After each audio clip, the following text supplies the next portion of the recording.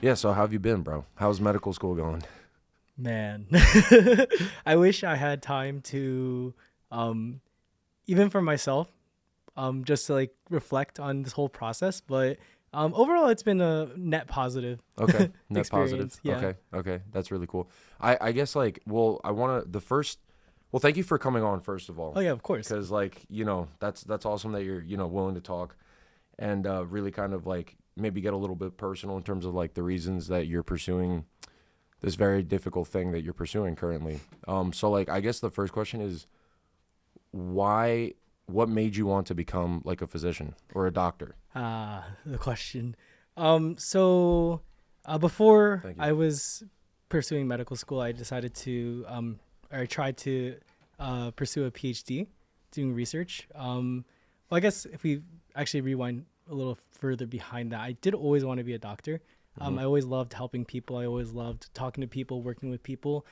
Just knowing that my actions and my knowledge can directly impact other people's lives. Hmm. I've always liked that idea.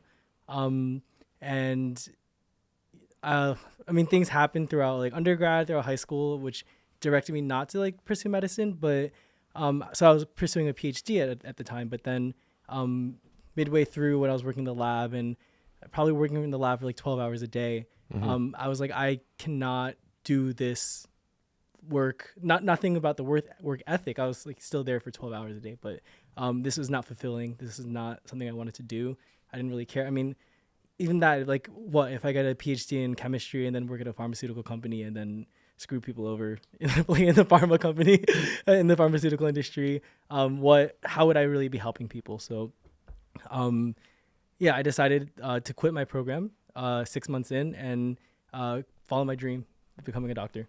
That's awesome, especially because, like what you said before, the joke, it was like a half joke, but what you just said about becoming like this chemist for, a pharmaceutical company, that seems like a pretty lucrative path.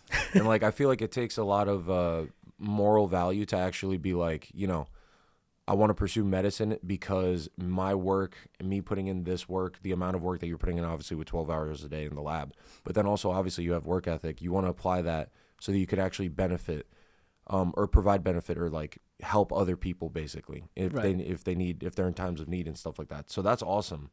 Right. Um, Working in chemistry and doing research. Well, it's, I think, not to, I bagged on it a little, but it's a very important field, right? But for myself, there was no personal gratification. And also, um, yeah, pharmaceutical industry, sometimes not the best.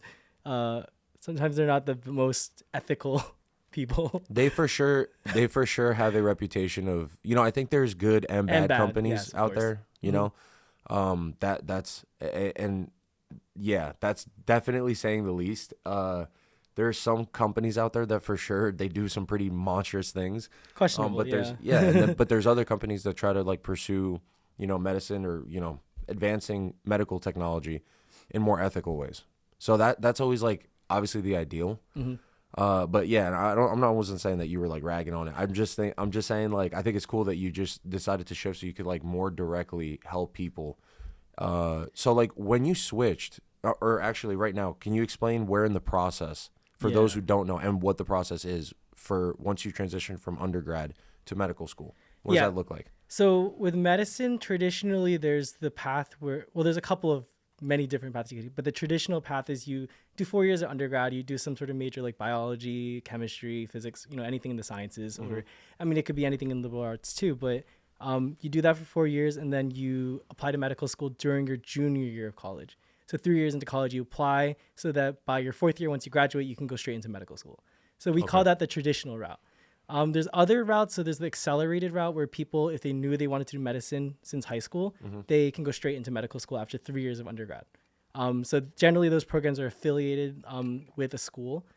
So those are very highly competitive programs that you would have to like really know that you wanted to be a doctor by like the end of high school.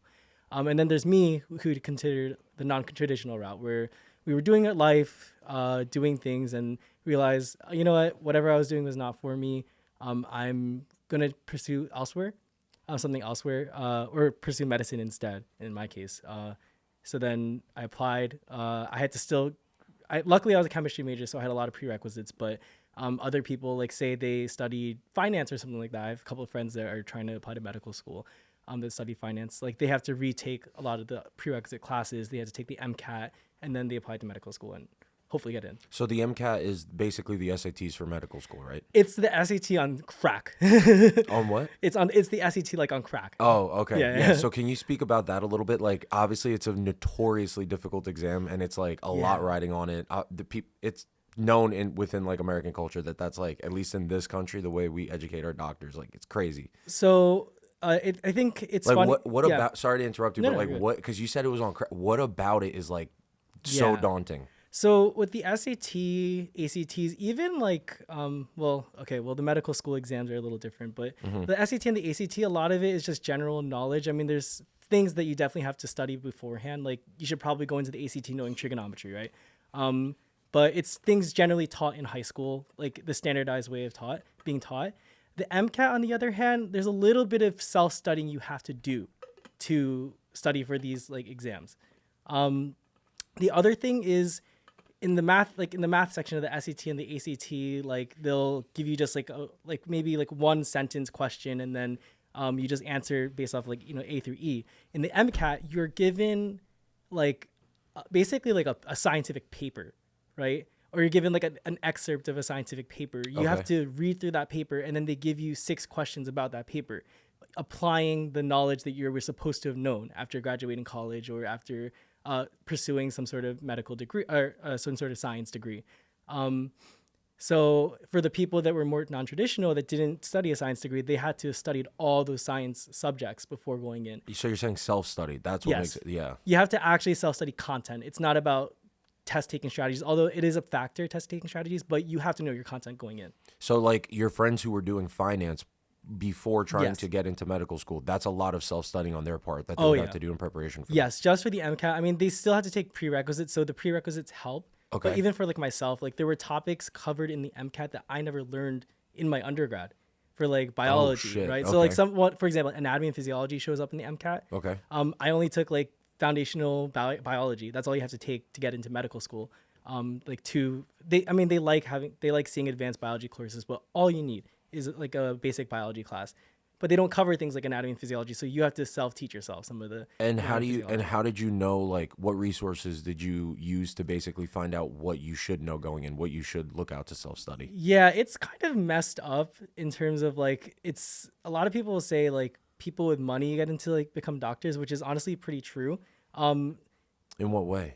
A lot of the resources out there to like prepare you for the MCAT or make you have like a better written application are paid for sources that are not just like, oh, pay like $50 or pay like $75. It's like pay like $500 for this resource. And it's not the resources are good resources, but it definitely like is significantly better than like if you just. So it's like the SAT prep courses, like is Kumon one of them? No. Yeah, but I've had friends that didn't do SAT prep courses and still scored like amazing on these SATs, right? But Yeah. something like the MCAT, like if you don't have these prep sources, one example is this thing called UWorld. It's this question bank of like 2,000, 3,000 questions, like MCAT-like questions. Okay. But it's not just that you have access to these questions. The explanations for them are basically like ways that you can teach yourself the gaps of material that you have. So essentially, it's like someone who's trying to learn chess by like teaching themselves versus having a coach. That's the level Yes. of knowledge. Maybe it's like the difference, like someone trying to teach themselves chess by playing chess versus someone teaching themselves chess by playing chess, but also having maybe like, if it exists, like a textbook on chess that's like $1,000. With like strategies. Yes, okay. exactly. All right, that's interesting. Okay, so that's why there's I guess like, and not often talked about thing of.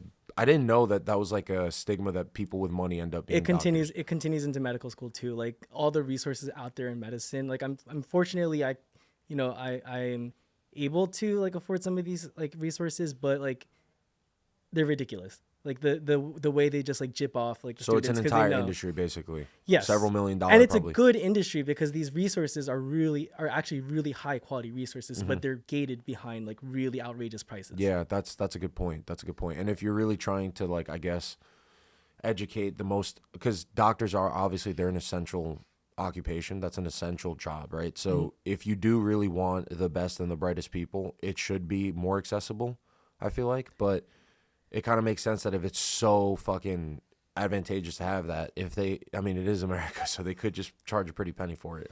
Yeah.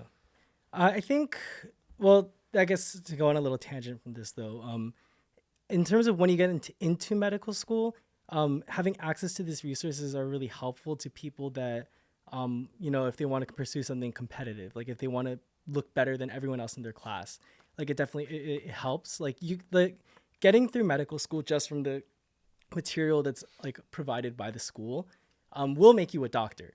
Like you will know a tremendous amount of information, but having access to some of these resources I've learned over the time, like gives me a advantage in some ways.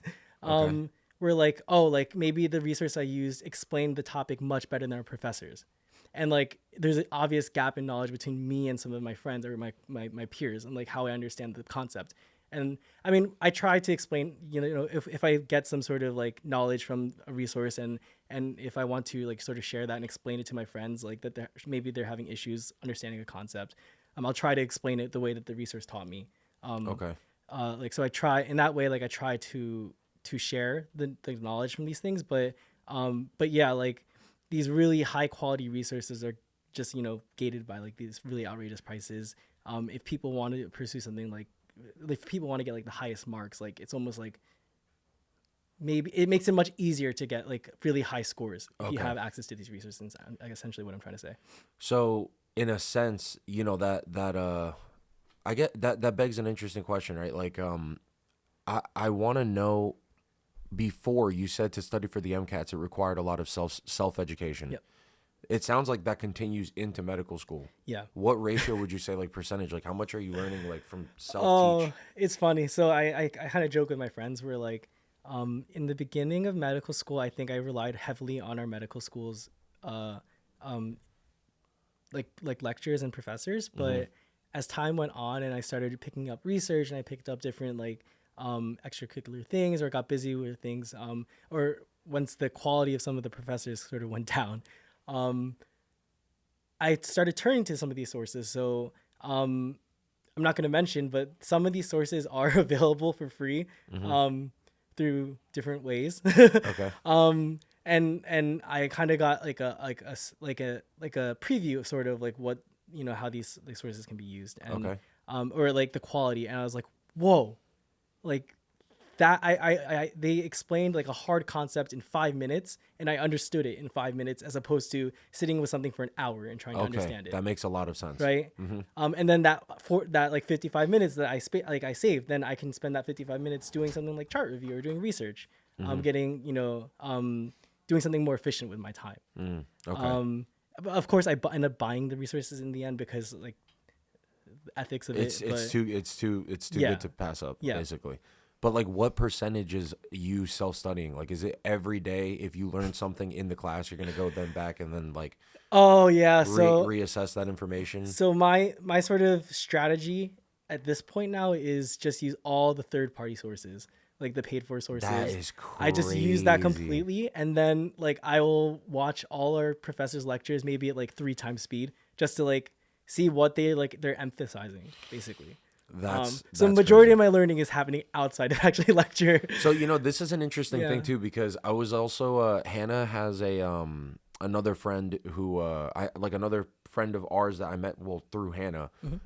His name's Oscar. He's pursuing, you know, like medicine, and he had mentioned, because I was just like chit chatting about this, and I didn't know that doctors have to continuously like keep up to date with the information that rolls out. Yeah. I did not know that. So I didn't know that, obviously, because I always wondered, I'm like, how do like these physicians, like these really old ass doctors, that they seem like they've been they've been a doctor for over, it seems like 50 years. Yep. You know what I'm saying? Like really old practitioners. And you're like, how the hell does this guy know like what the hell's going on nowadays? And I didn't know that it's a lifelong pursuit. Yes. Well, to tell you the truth, unfortunately, there are some doctors that will be stubborn about their way and the way things were always done. I mean, generally, it never affects a lot. A lot of things are always like a gray area, so Okay. it doesn't like really affect someone's life or not. But there might be a better way to practice Okay. that is more recent. But yes, I think majority of physicians, though, there are like that. That's a minority of physicians, right? Majority of physicians, I believe, do we commit ourselves to lifelong learners. That's what we were constantly told. Like you, the moment you decide to become a doctor is when is you're committing to a lifelong learning process. Yeah, so that is what I didn't know that I found so fascinating. Yeah, I That mean, it's medicine is an evolving field. It's always changing. Yeah, Yeah. that's really it's a comforting thing that's almost like is it a it's a requirement? I think he mentioned something like a test that happens every Oh so yeah, often. there's. I mean, you have to be recertified. I mean, I think you have to take boards over and over again, like every Okay. couple of years, and those boards are not going to be based off of what you learned in medical school. It's based off of what's Current. Yeah. currently, Yeah. the way to practice. So, like, yeah. So you have to be up to speed with a lot of these things. So that's a super comforting feeling because it is like okay, they can be like that's why the medical system in the US is so good, right? Cuz I didn't know well,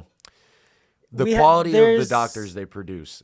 I'll say that. Like I would say the technological advancements we have in the United States definitely are one of the best in the world. okay. Yes. So what? Okay, in terms of quality of doctors, now you're making me have to ask you like kind of like a devious question. What country would you say produces the best like doctors, I the don't most think. knowledgeable? Yeah, I guess when you narrow it down to the doctor, it's hard to say because that's an individual level, so everyone can be different. But I think you can't remove the healthcare system from the doctor too, Okay. right? So I'm sure there are a lot of people. Maybe people have experienced a crappy doctor experience like in the United States, but Yeah. one I might argue like, well, honestly, being a doctor in the United States with our healthcare system, sometimes like I talk to some physicians, right? Like they want to help people. They really truly want to help people, but then they get barred by like insurance. So they're in cuffs basically. Yeah, exactly. Yeah. We're in the end though, as much as we're knowledgeable, as much as we are the people that's supposed to know everything about the human body and disease, we are at the mercy of insurance companies. Yeah. And their way of their I guess the way that Their they policies. yeah, their policies. Yeah. That is that is the unfortunate truth about I guess Yeah. like the American medical system. And I think it becomes like just a perpetuating loop. I think then like some people get jaded by constantly getting denied something or yeah, and maybe then that leads to some sort of like they don't try as hard because they just know they're going to fail for their patients or something like that. I don't know. I don't know enough in that aspect, but I have to say that the quality of doctors, I know a lot of people go into it very optimistic and with a certain mindset, but then over time, just like with the way that our system works, like become different. Maybe that's why sometimes people have like bad doctor experiences. like they get too. jaded basically. Yeah. So do you think that they're that's a pretty dark thing, but do you think that there's going to be like a wave of reform where people I guess will be able to treat like instead of treating symptoms, they treat the root cause? Because you hear a lot of talk, at least I've heard a lot of talk Ooh. about like a new modern way to approach medicine where it's like not nowadays it seems like it's very symptom based instead of like addressing root causes. Yeah, so I was reading a book. I didn't finish the book, unfortunately, so I didn't know what the conclusion was. But from a couple of the first couple of chapters that I read, one of the things that they talked about is that the diseases and the conditions that we deal with in the United States, they become so bad that it just becomes symptom treatment because in the United States we let problems become so bad. No one wants to see their primary care. And like that bringing back to like the previous point, like maybe someone had a bad experience with their primary care or they had to wait so long just to get an appointment with their primary care. I know that's like a common like, trope people have, but that happens because of maybe like insurance or the way our system is built. But then these problems become so big that it becomes irreversible. And when you're at the irreversible point, you can't treat the disease. You can only manage the symptoms. You can only, right? Like a perfect example is like heart failure. If you can manage the hypertension before the hypertension becomes a problem, then yeah, you're less likely to get heart failure. But then if you let your hypertension go unmanaged for so long, then you can progress to something like heart failure where there's really no like, you know, you can manage, you can like when your heart's done, like it's irreversibly done. So from your knowledge, like people aren't going to the doctors, I guess, to get screened enough to the point where they're whatever condition they're facing, it just grows Yeah. to be too big of a problem. It's multifaceted too, because also I think there you can't deny the fact that most Americans probably don't want to waste their time going to a doctor just to be told like you need to lose weight So or you that's what I need was to gonna say. Like, why do you yeah. think that is a problem here? Is it a symptom of like the way our insurance companies and their policies is it like the bureaucracy of it that you have to go to this person to get approval to get this payment to get do like all these loops you have to jump So through? that's why I brought up the book. The book was arguing that our issue in America is multifaceted. You can't point fingers at one thing. I Okay. crapped a lot on the pharmaceutical company earlier, but and they do amazing things too. But like they have a huge stake in medicine. You start changing the insurance, the way that medication is reimbursed, that might piss off the pharmaceutical companies. Yeah. You change the way, you know, say you a surgeon and a procedure they do like an appendectomy or something like that. You start defunding that. That's gonna piss off the doctor, Okay. right? That does like a life-threatening procedure like that. What is that?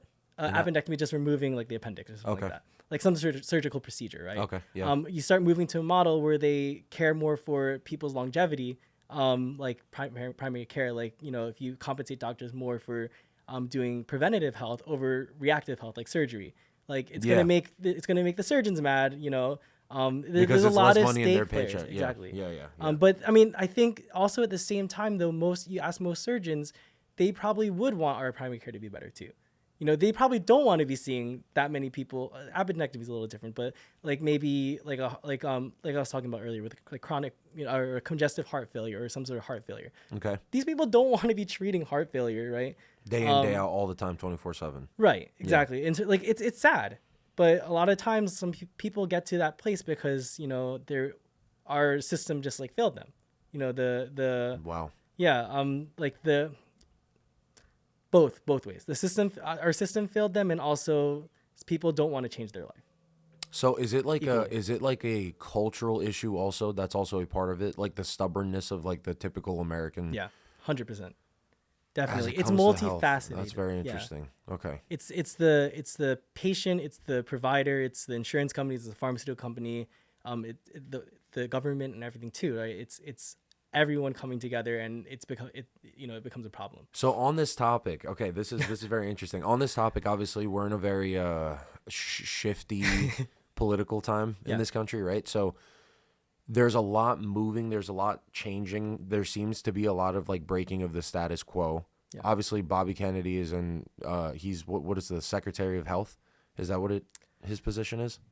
Something like that. Something I wish I like paid that. more attention to It's a politics. it's a cabinet level position. I know that much. I can't remember the official title. Yeah. But like from your perspective, do you think that this ultimately will shake out so that it positively affects the healthcare system, or do you think it's like, oh, this is going to be too much disruption, shit might fall apart? Like what's your outlook on that? Yeah, I mean, I don't know all the details of what he wishes to change or what he wants to do, the reforms he wants to make. But the one thing I did do a little more reading on, and not even that wasn't a lot of reading. I know he wanted to get rid of some vaccines, which I think every healthcare provider that might be listening to this is probably rolling their eyes, like, why?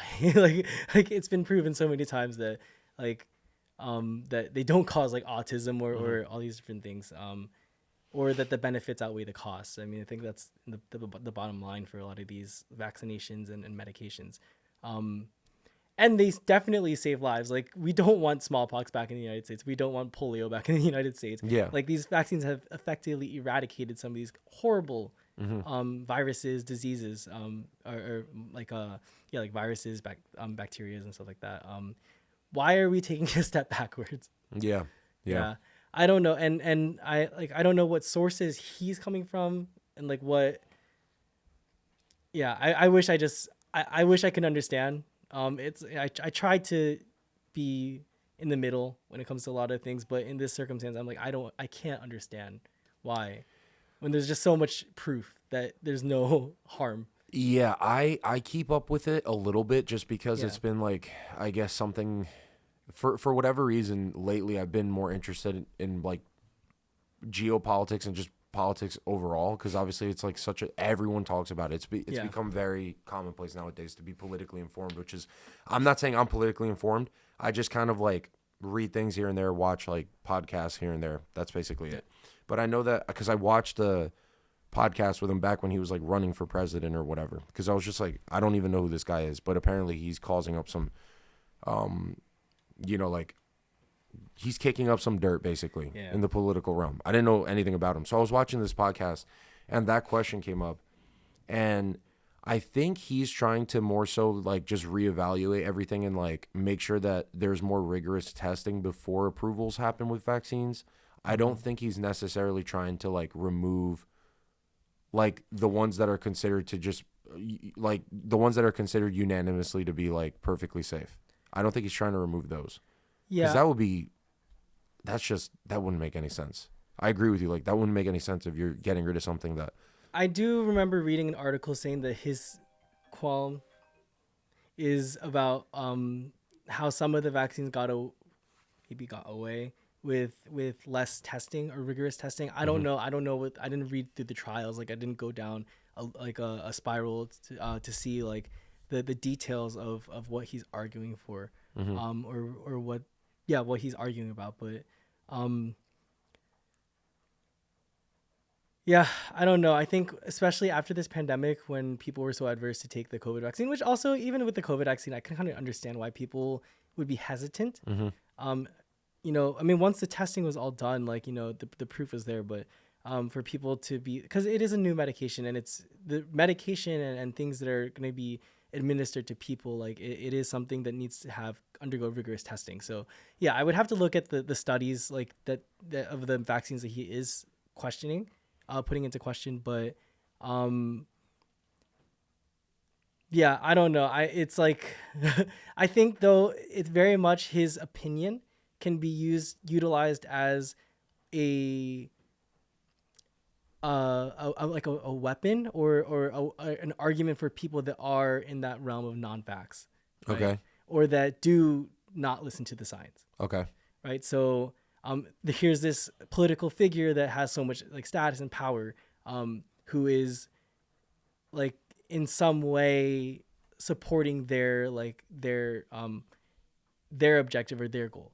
So I think that's where I kind of have a problem where it's like, well, you're going to give a lot of these people another excuse not to get their vaccines, right? The ones that, that have been rigorously tested or whatever, like, maybe they go to the doctor and they say, okay, it's like time to administer certain vaccines for your child.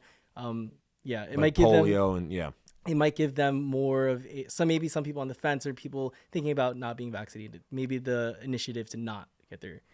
So you think it might be a little bit dangerous because it might tip some people over into the side of like not getting any vaccines, which wouldn't not be a good thing, obviously, because there are a lot of terrible diseases that have been like, I guess, weeded out through eradicated. Eradicate is the perfect word for that.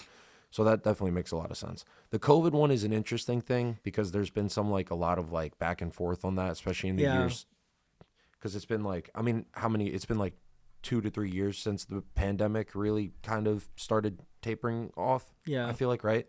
When was it officially? Do you know when it was officially ended by like the WHO? I don't know if it's ended or even if it's. Is it still? I don't. Is it still? Hold on. I don't. So this is a good thing to fact check. I'm not really sure if it's still considered a pandemic or not, or what it's considered now. But this is a crazy. This is actually. I mean, I could tell you. May 2023. Okay. Yeah. May 2023. That's when it ended. Yeah. When it ended. I mean, there are still people dying of COVID. I'll tell you that. Right. Yeah, for real? Yeah, of course. There are people dying of the flu still. True. Yeah, right? True. In the certain populations, but yeah, the with COVID, it is it's hard to say. I mean, on both sides, like it's still such a new virus, right? Yeah. I don't know. We've had a couple of in school. We had a couple lectures in COVID. So yeah. I don't know if my sources are bullshit, but I think like one of the main criticisms was actually not even with like the vaccine itself, but maybe the people who administered the vaccine, maybe I think it's called, you aspirate the needle. or like when you're trying to, it's like something about the way that the vaccine was administered potentially caused some issues. If it was directly the injected into like the your the blood. method of administration.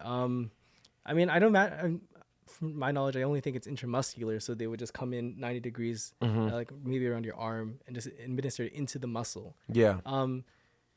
If it causes issues because of the way it was administered, then yeah, I mean that's on a case by case scenario. Like the technician, or well, I don't think it's a technician. It'll be like the doctor, the nurse, or the pharmacist, or whoever administered it. Like, do you think those people? Because that's the thing. Like because I was thinking about this. Because I heard that yeah, the way the people gave the vaccine mattered, because if the vaccine, and this could all be cuckoo bullshit. I'm just. yeah, I'm Don't not even sure, quote but me. I want to hear. It's Yeah. just like fun to talk about Yeah. for me at least. But like the way you administer the vaccine, if it's administered directly into your bloodstream, it's a problem, because if it makes its way into your heart, it impacts the heart, where it's like cases of myocarditis were right. increasing. Like you saw a Right, spike with in the that. COVID vaccine, there were cases with myocarditis, right, as a side effect. So that was like, people were saying that that's because of the way the vaccine was administered. And I'm like, well, I got my shit at a CVS.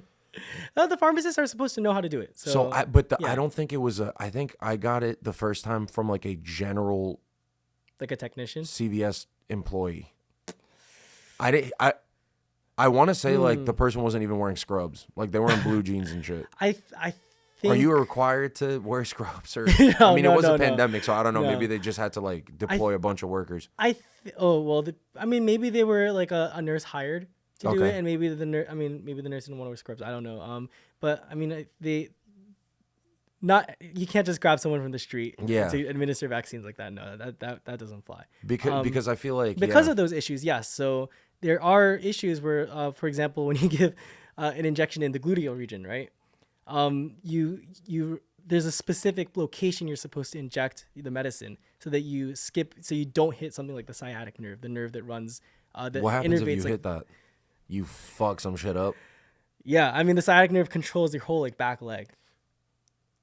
Yes, basically all of the back of your leg. So hamstring, calves, everything. yeah, your hamstrings, like you wouldn't be able to like if it causes enough damage, like Okay, but like you so wouldn't be you're able to like, telling flex me your knee or if anything like that. You're telling me if you accidentally hit your sciatic nerve, if you're trying to get an injection in your ass cheek, I'm translating to layman's terms, right? terms, all right. It's gonna mess up the sciatic so bad that you could potentially lose the ability to like. There's always the use your- potential, right? But I mean, I don't know the grade of intensity of like, how bad the mess up is to like the response. Okay. But like in the end, like you don't want to cause someone like nerve damage just from giving Yeah. them like administering like an antibiotic or something like that Yeah. into their ass cheek. Yeah, so like even that, like we're taught like, oh, like when you administer this medication, there's a specific place it needs to be administered, so you don't. And where is You that? don't. You would administer at the top, outer upper region of the glute. So we say superior lateral. Why that? Because there's no like major arteries or nerves in that area. Does the amount of fat in the location where you're injecting have anything to like If anything, I think the amount of fat would help. right? Because Yeah. you're not trying to directly inject it into like what's the You're trying to get into the musculature, so Okay. because once you get into the musculature, there's a lot of capillaries in there that can absorb all that medication slowly is the point, yeah, right? and then Okay. distribute. So we call it distribution in medicine. So that point with what you were saying actually about with the COVID vaccine and maybe why it was causing myocarditis, like, I mean, I'd have to see what the actual literature says, but like in theory, yes, I could see that. Like if you accidentally hit which artery is over here, the brachial artery or something like that, you can run the risk of injecting a high dose of something, a high concentration of something, which should be distributed over a longer period of time. But administering something at a high dose and a high concentration, reaching the heart quickly, and then causing something like myocarditis. Yeah, like I can see that being possible. Yeah. Okay. Or in theory, like I can find that reasonable.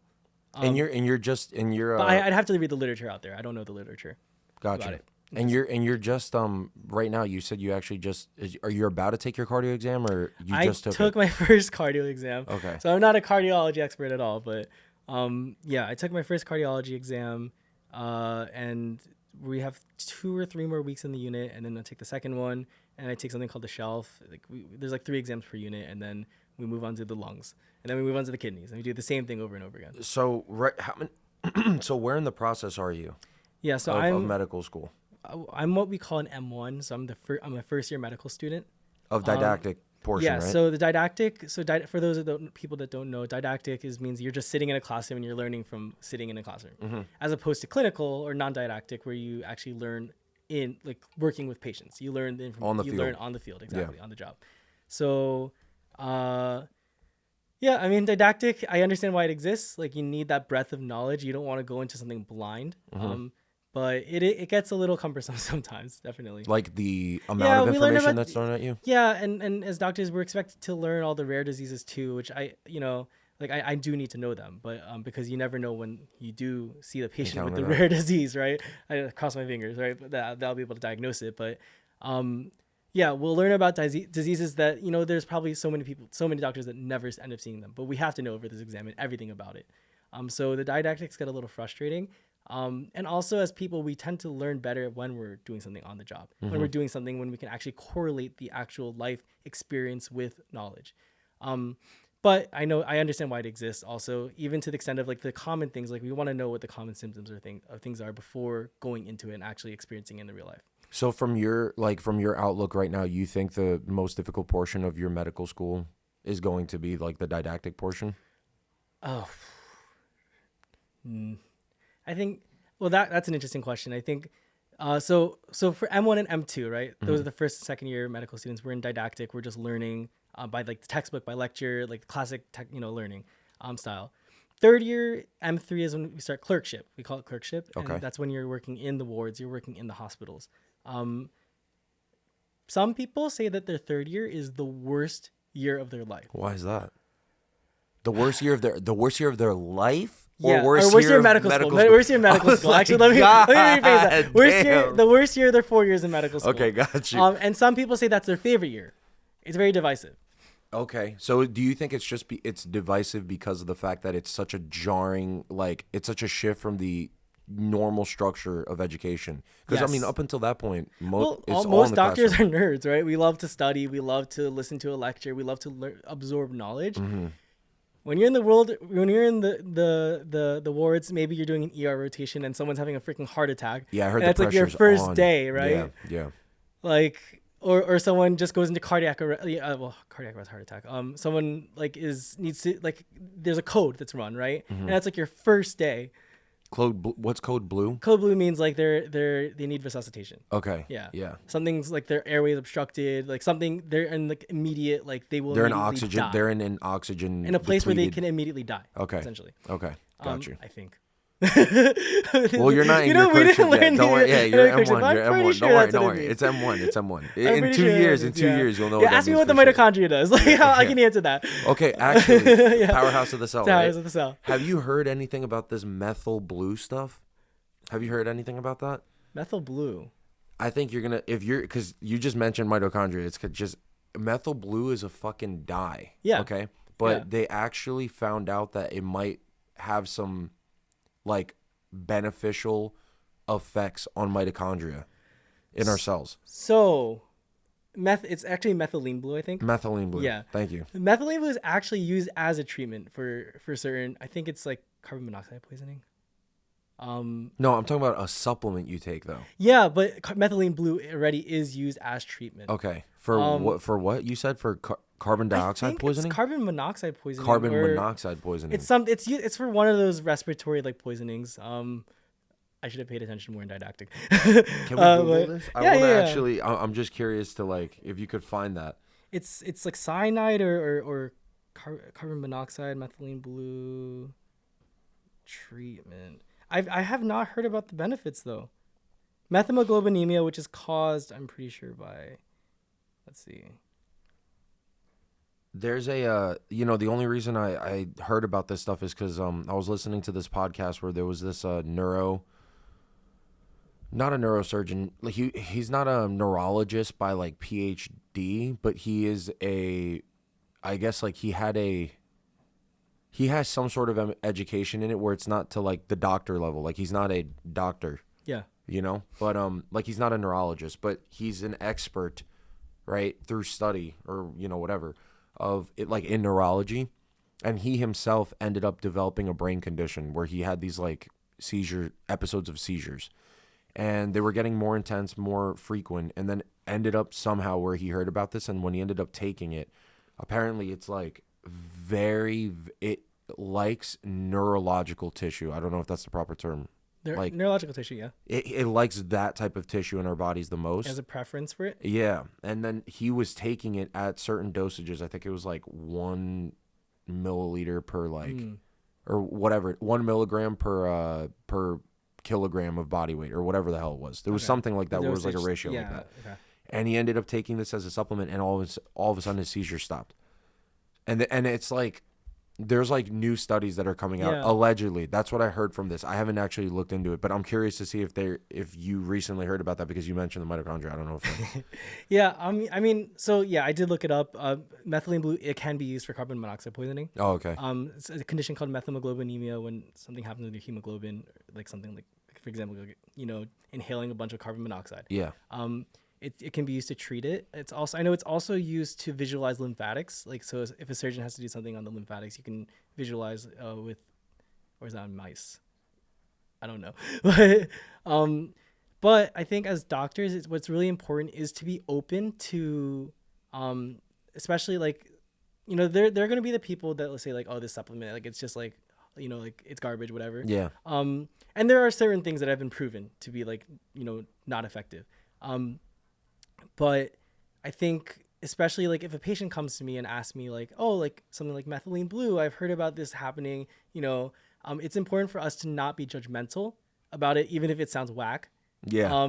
To do our research and hear about it. Cause now I'm interested. I want to do some reading to see, what the mechanism of methylene blue is and why it has a preference for neurological tissue, because that's how you make advancement, right? Yeah. That's how we further the field of medicine, instead of like, if we just, every new idea, if we just say is like stupid, then we're just going to be stuck in our old ways and maybe never find the treatments to certain things. But who knows? Maybe this. I mean, if that was the case, like we'd still be fucking leaching or like bloodletting to cure diseases or whatever.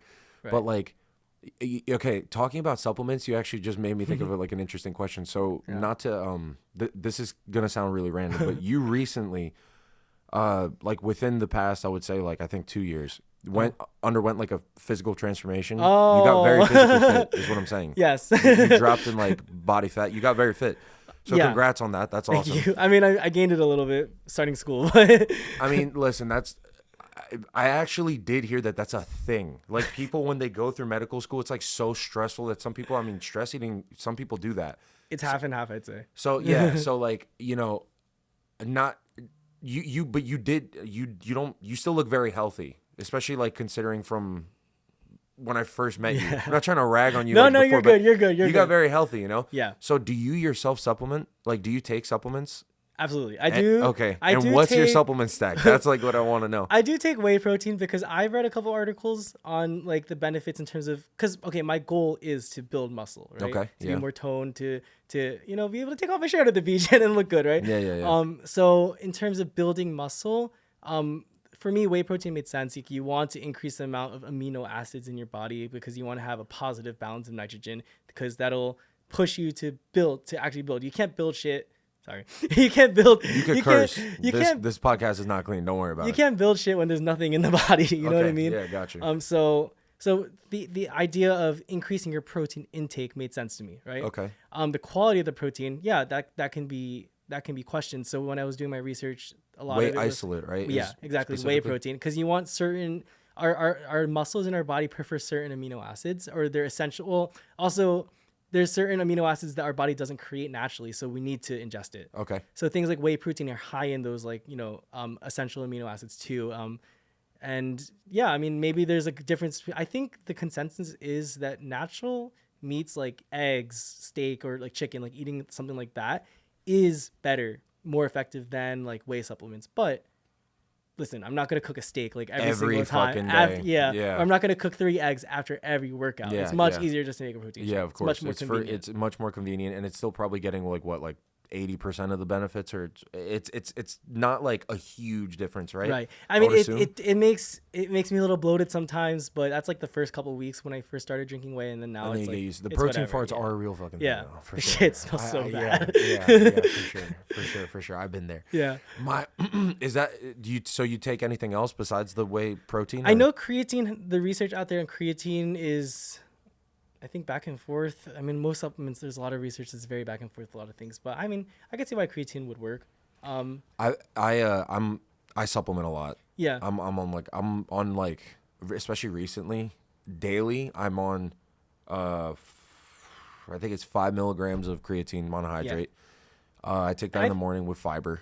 I think that's fine. I personally don't do creatine because it really messes me up. It my messes GI. up your stomach? It really messes me up. Even when I was on it for like by day like 14, like 1 week in, I'm not even in like the preloading phase. Like I'm actually just in the maintenance phase.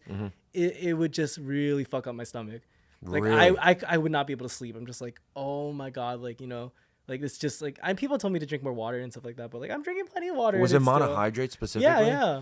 You know, because like the quality of creatine, I know is like a huge issue. There's like within that. I wasn't industry sure about that. specifically. I did a lot of research into like which brand was like the most Best one. third party tested, and Yeah. like that there was no other fucking contamination, and it was strictly just manufacturing creatine.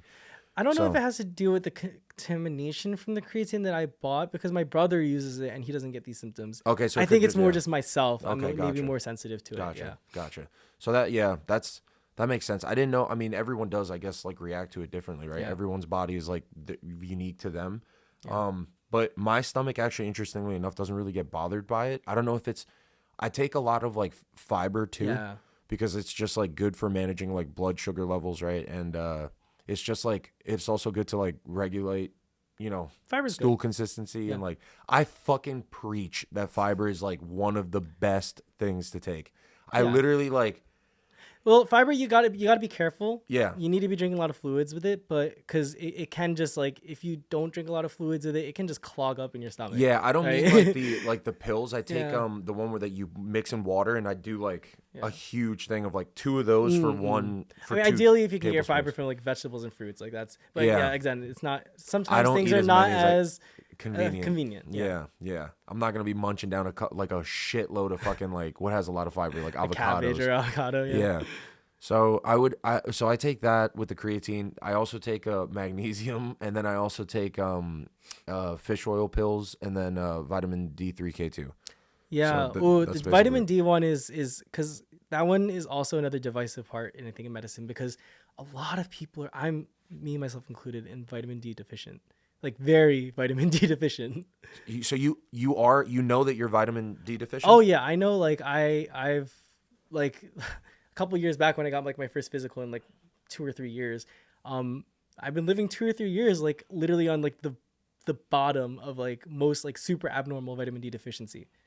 Do you Like, I so was do in- you take supplements for that, or So like it is divisive. So I've heard doctors tell me that like, oh, they prove that it doesn't matter. I've heard doctors tell me, well, there's a lot of small studies that prove that there are benefits to it.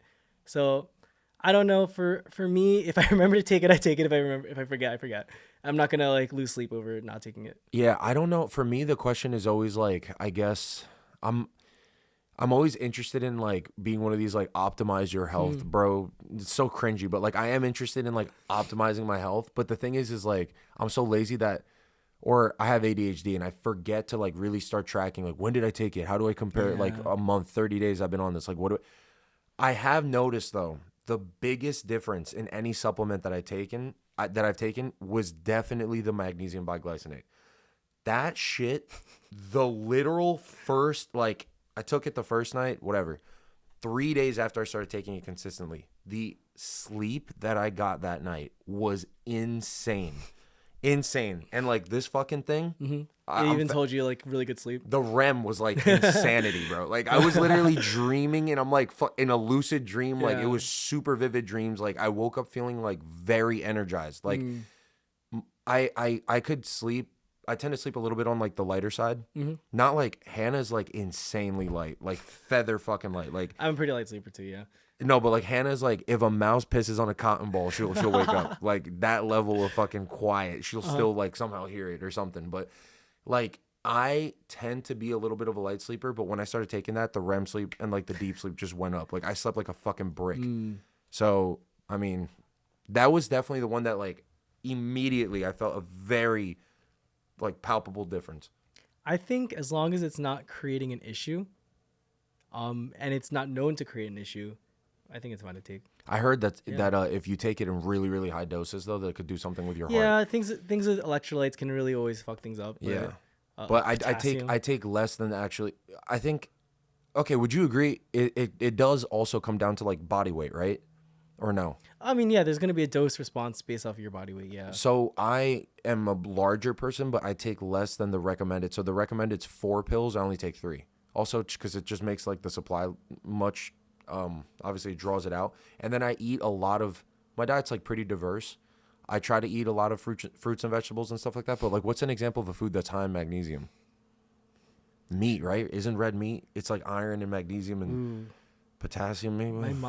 My mom's a nutritionist. She knows this kind of stuff. I should Fuck, ask my mom.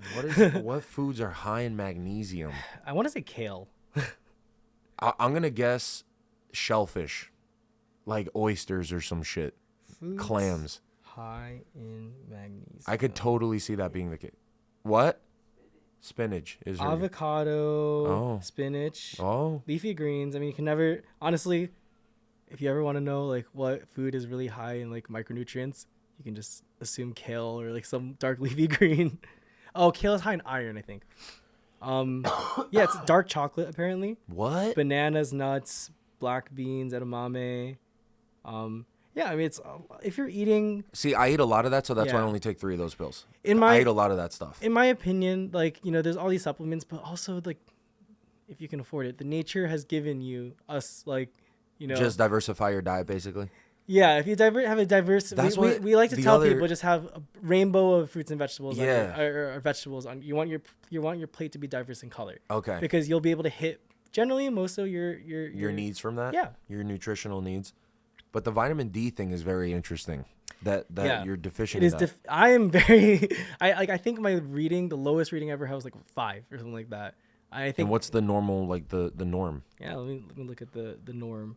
On the index of... By the way, that's your drink. Yes. Oh, this one? Cheers, by the way. This is like usually a cheers at the beginning of the episode. We're 53 minutes in, but it don't matter.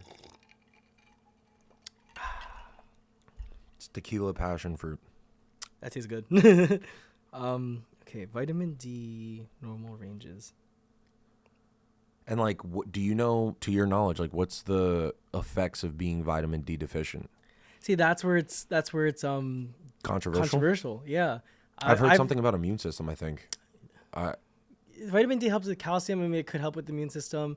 All I know is like I've read a big study that said like we should stop screening for vitamin D because it doesn't matter if the people are deficient. I've talked to doctors that say that there are a lot of small studies that are saying that having vitamin D is very beneficial, being in the normal range. So the normal range is 20 to 50 nanograms per milliliter. And you just have 5? Yeah. That's crazy. I was living on 5 for like years. Hold on. And then how would you get vitamin D? That's absorbed through sunlight, Yeah, right? so sunlight is one option. So I thought I heard that. Okay, so this is what I've heard. I mean, in this season, we in like, you know, areas where it's not. You can't be outside because it's fucking freezing, and it's also limited hours of sunlight. So that's what I was actually about to bring up. Is I heard I like little fun quirky facts, and one of the things I heard is and I love food, and one of the things I heard about cod one time, I was just reading something about cod and how cod is actually like a very important fish to some cultures, specifically because cod liver is high in vitamin D. And like people in modern day Scandinavia during like the Viking era, a lot of these like maybe like Iceland or a lot of these cold weather, Finland, right? These cold weather climates where the winters are very brutal and like prolonged periods of times where you're like indoors, like you're not getting sunlight. They would have to eat vitamin D. They would get their vitamin D through eating cod liver. And that it actually saved a lot of kids specifically. It was super important for kids to get that. That makes a lot of sense. To prevent Rickets. some... Yeah. That's a bone Yeah. disease, If right? you're vitamin D deficient, like severely vitamin D deficient, right? In children, it presents as something called rickets, where the legs, the It's curved, right? Isn't like Yeah, your the bones will literally curve because we were, like I was talking about earlier, we depend on vitamin D to absorb calcium. Because you Exactly. mentioned calcium, that's what triggered the thought. I was like, Yeah. oh, that maybe that's why And then that in rickets. adults, like it presents as something called osteomalacia, I believe. So I mean, it can being severely vitamin D deficient causes problems, right? But the average like test of being like vitamin D deficient, a lot of people question if there's a need for it, or at least my last dive into the literature again. I started medical school. I don't have much time to dive into the literature. Yeah. But yeah, my last time I dove into the literature about vitamin D, all I know is like there was an argument to stop testing for it. It's a waste of money to test for it That's super interesting. because it doesn't tend to cause that many problems. But then yeah, it's divisive. And then, like I said, I had one. Like I remember we were doing a class. We were in our class. We were writing a differential for something, and I was like, oh, like maybe they have a vitamin D deficiency. I just brought that up as one of the things, and she was like, oh, that was proven to be wrong and unnecessary. Who said that? My Professor? we call it preceptor. So the person like she's a physician that was teaching, right? Okay. And then I had another preceptor for another thing, and she told me like there's a lot of benefits. There's a lot of small studies that show that there's benefits to having normal vitamin D levels. So it's a very divisive. It's so topic. crazy that there are topics out there that It's even very in the modern divisive era of topic, medicine yes. that it's like there's no conclusive no. true answer, that it's still heavily debated. Nope. So that's why I'm in that park of like, if I forget to take it, I forget to take it. If you do, you do. I remember, yeah. Well, the omega-3, the fish oil stuff is just. Yes. I heard that. That's and, good. Yeah, and like I have on both sides of my ancestry, there's like high cholesterol or high lipids, heart disease. no, like brain. Stroke. No, like it's like dementia. Oh, for omega-3. Oh, okay. So I don't know because I'm pretty sure omega-3 helps with like your brain health, right? It's an essential. I did used to know that, but all I know is what I can confidently say is that it is known to it's proven to decrease lipid levels in your blood, so help with heart disease.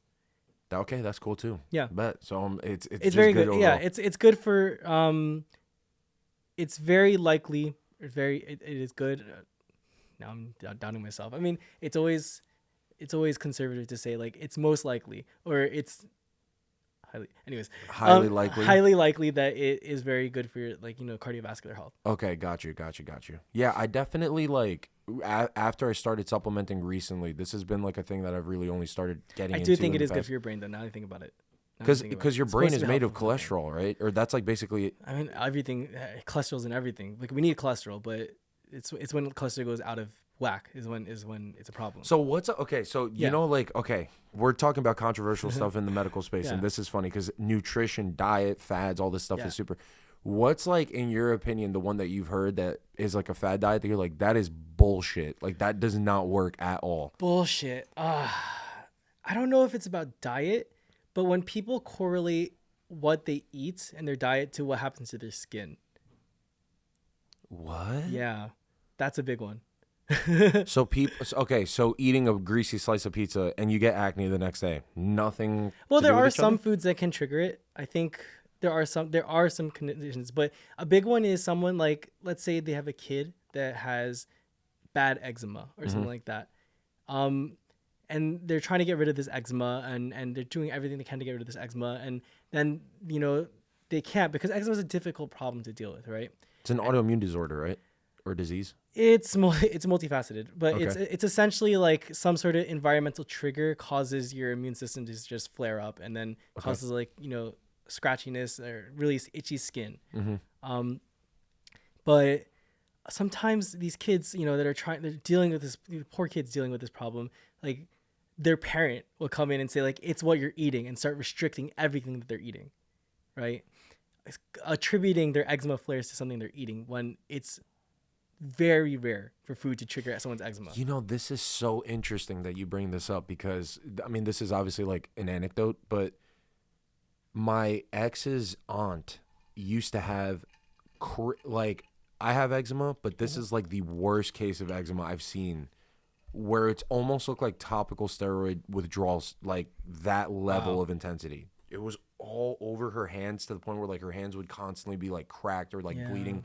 She would have to be very, very careful to moisturize heavily and like, give topical treatments that weren't the steroids, because obviously that's like bad for you ultimately. I think there's a lot of studies that It's show like that. it covers. It's good for the acute scenario. You should not be using it Like just long-term. normally, right? Yeah. Yeah. So I think she might have done that at one point and then got off of it. She was going through like that 2-3 year prolonged period where your body just has to like It purge it. sucks. Like when you have an eczema flare up, it sucks. So she has it the worst case I've seen, and the reason why I said this was interesting, and again it's an anecdote, but she used to swear by, like, she had one of the most restricted diets I've ever seen, and she was in relatively good health, but she was very specific on eating like, she was like, okay, no dairy, but goat's milk is okay, goat's cheese is okay. I can eat like these types of things, but not these types of things. And it was like very specific, like dietary restrictions. And she said it helped her, that she noticed a difference, right? So I don't know if it's BS or not. Obviously, I'm not in her shoes, but it's interesting that you say that. Yeah. If you know, like, I don't know. So you think it's a huge misconception that the two are not linked together? I mean, maybe there is. I mean, But- like I said, it's mostly very, very, very unlikely to be food triggered. So what is it, like an allergen in the air? Maybe like a dust or pet A dander? lot of it like is what? dust, pet dander, cold triggers eczema a lot, dryness, Temperature? the moisture in the air, the temperature, and it could just sometimes people want to find something to cause, be able to attribute something to something, right? Do you think that maybe this is gonna sound maybe a little bit too like tree hunger crazy sounding, but like, do you think maybe something with the artificial dyes or the artificial products Possibly. and chemicals in like Possibly. showers, deodorant, stuff like that could be contributing? I know to for that? me, my eczema. So this year, actually, my eczema wasn't that bad. But last year, we had like a really crappy filtering system. Like our water was really hard. Like So it had a very lot of high in minerals, minerals? And I noticed my skin was much itchier all the time. Mm-hmm. And I looked up into it, and yeah, it's like some of these little irritants can if you're doing it long enough, can trigger your eczema. It's like a catalyst to the Yeah, eczema. exactly. If you keep doing it, so with eczema, it's like an insult to the skin, which causes it to start flaring up more and more and more. And So more. so the reason I brought that up is because I also have eczema, like I said before, and one of the things I noticed that helps it is there's this soap brand. So it's gonna be a little bit of a tangent, but That's fine. I used to use Dove soap, but then I started using this soap called Defense Bar Soap because there was a point where I would do Brazilian Jiu-Jitsu, and one of the main concerns when you're doing that training, The fragrance is no, the main concern is actually like ringworm or some sort of like a staph infection from like these very minor abrasions, but it's because the mats, obviously it's like so much, you probably sweat gross. Yeah, so much. yeah. Like I've had, no lie, you're gonna think I'm bullshitting you, Nah, but you're like there's been a time where like a guy's big toe like just swiped I'm sure. my fucking upper lip, like nasty shit like that you're like, ugh. But that happens, not, so like not you much could- makes me go now. well, obviously, I've seen the we worst. still gotta do that segment. If we want to do, can we please? We'll end the show on that segment. I'll show you the worst of what I've seen. I want to see if I can stomach in my it. lectures. I want to see if I can stomach it. But anyways, like, so the soap, it's made of like, instead of maybe whatever chemicals, harsh Yeah. chemicals, it's made with like tea tree oils and these more natural, I guess, like less harsh things that actually, it's like a probiotic for your skin where it helps the good bacteria that lives. It helps support the good biome that's lives in your microbiome, but it kills like or helps prevent things like staph infection, ringworm. And I never ever had an issue with any ringworm, staph infection when I was doing that for like the 9 months that I did it, 10 months that I did it. But I will say it also helped my eczema. So then I know Dove soap generally has a lot of fragrance. So And when I came back here, I ended up not using it as much, and my family uses Dove. And look at I have eczema now, flare-ups all over my body. itchy everywhere. Yeah. Yeah. So with my eczema, I tend to stray away from fragrance things. Okay. So I actually get like Aveeno. I swear by anything from Aveeno because Aveeno never They uses make body fragrance. soap too? Yep, they make Yeah? body soap. I have this huge tub of it because if I use something fragrant, I will feel itchy. I will immediately start feeling itchy. Really? So I try to stay away from fragrance. Well, can I ask you something? Don't Asians suffer from like the highest rates of eczema? Ooh, I don't know epidemiology means like the demographic, like just sort of personal factors. I don't know the breakdown of that. Yeah, some of my friends that do have eczema though, a lot of them are Asian.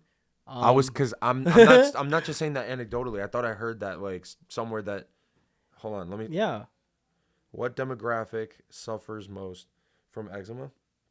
So actually, the fun thing, not very fun, but the interesting thing about eczema and something How do you spell eczema? ECZEMA. ECZMA. EMA. EMA. Yeah, eczema. That is like the craziest shit. The medical term is atopic dermatitis. Atopic dermatitis. Okay. So, actually, the funny thing about eczema and something I learned about myself was that eczema tends to happen in a triad. So we call it the atopic triad, I think, the atopic triad. So it's people with eczema, and this is why eczema is more like an allergy problem, tend to have seasonal allergies, really bad seasonal allergies, and also tend to have asthma. So it's the holy trio of just The holy shit. trio. That's me. They will have that, right? That's so literally, you just described me. I have asthma, seasonal allergies, and eczema. So I got the eczema, I got the seasonal allergies, but like I've never grown up with asthma or anything, right? Okay. Recently in medical school, we have this one nasty room in my school that it's like musty, dusty. Like when you go in there, no one says a word, but it's because you're supposed to like lock in when you're in that room, right? I go in that fucking room. I'm like, why is it hard to breathe? Immediately, you Like felt my that? chest is like hurting, That's nasty. right? As fuck. And I'm just like, and then I would go to somewhere more clear, and I'm like, oh, like I can breathe now, like I'm not like hurting. I would, but like I like that room because there's no one talking in that room. It is the room to lock in. It is probably the best room. It's in my like school. a dusty library. Worse than a library. It's like the only fun thing to do there is to like study because it's so gross in that room. Oh my god. That's also my opinion, but like it's not that bad. I'm Yeah, probably, no, like, no. I'm dramatic. No, yeah. no, no. But it's for the purpose of storytelling. It's I so feel you. fucking nasty. I go in there again a second day. My chest is hurting like crazy again. Like I'm like, why is it so hard to breathe in here? We start doing our dermatology and we start learning about eczema and we learn about the atopic triad, like I was saying before. Okay. And I'm like, holy shit. You might have asthma.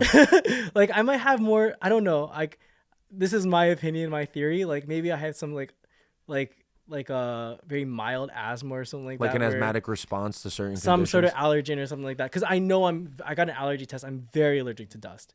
So in very dusty rooms, and I notice that like my nose starts getting congested because I don't understand how a dust allergy like is even a fucking even thing. starts. Because isn't dust Right. just mostly dead skin cells, like accumulation of No, dead like skin cells dust and like mites other and things? stuff like that. There's other things in the in dust. Well, isn't it if you're allergic to dust, or you're allergic to the dust itself or the feces from dust mites?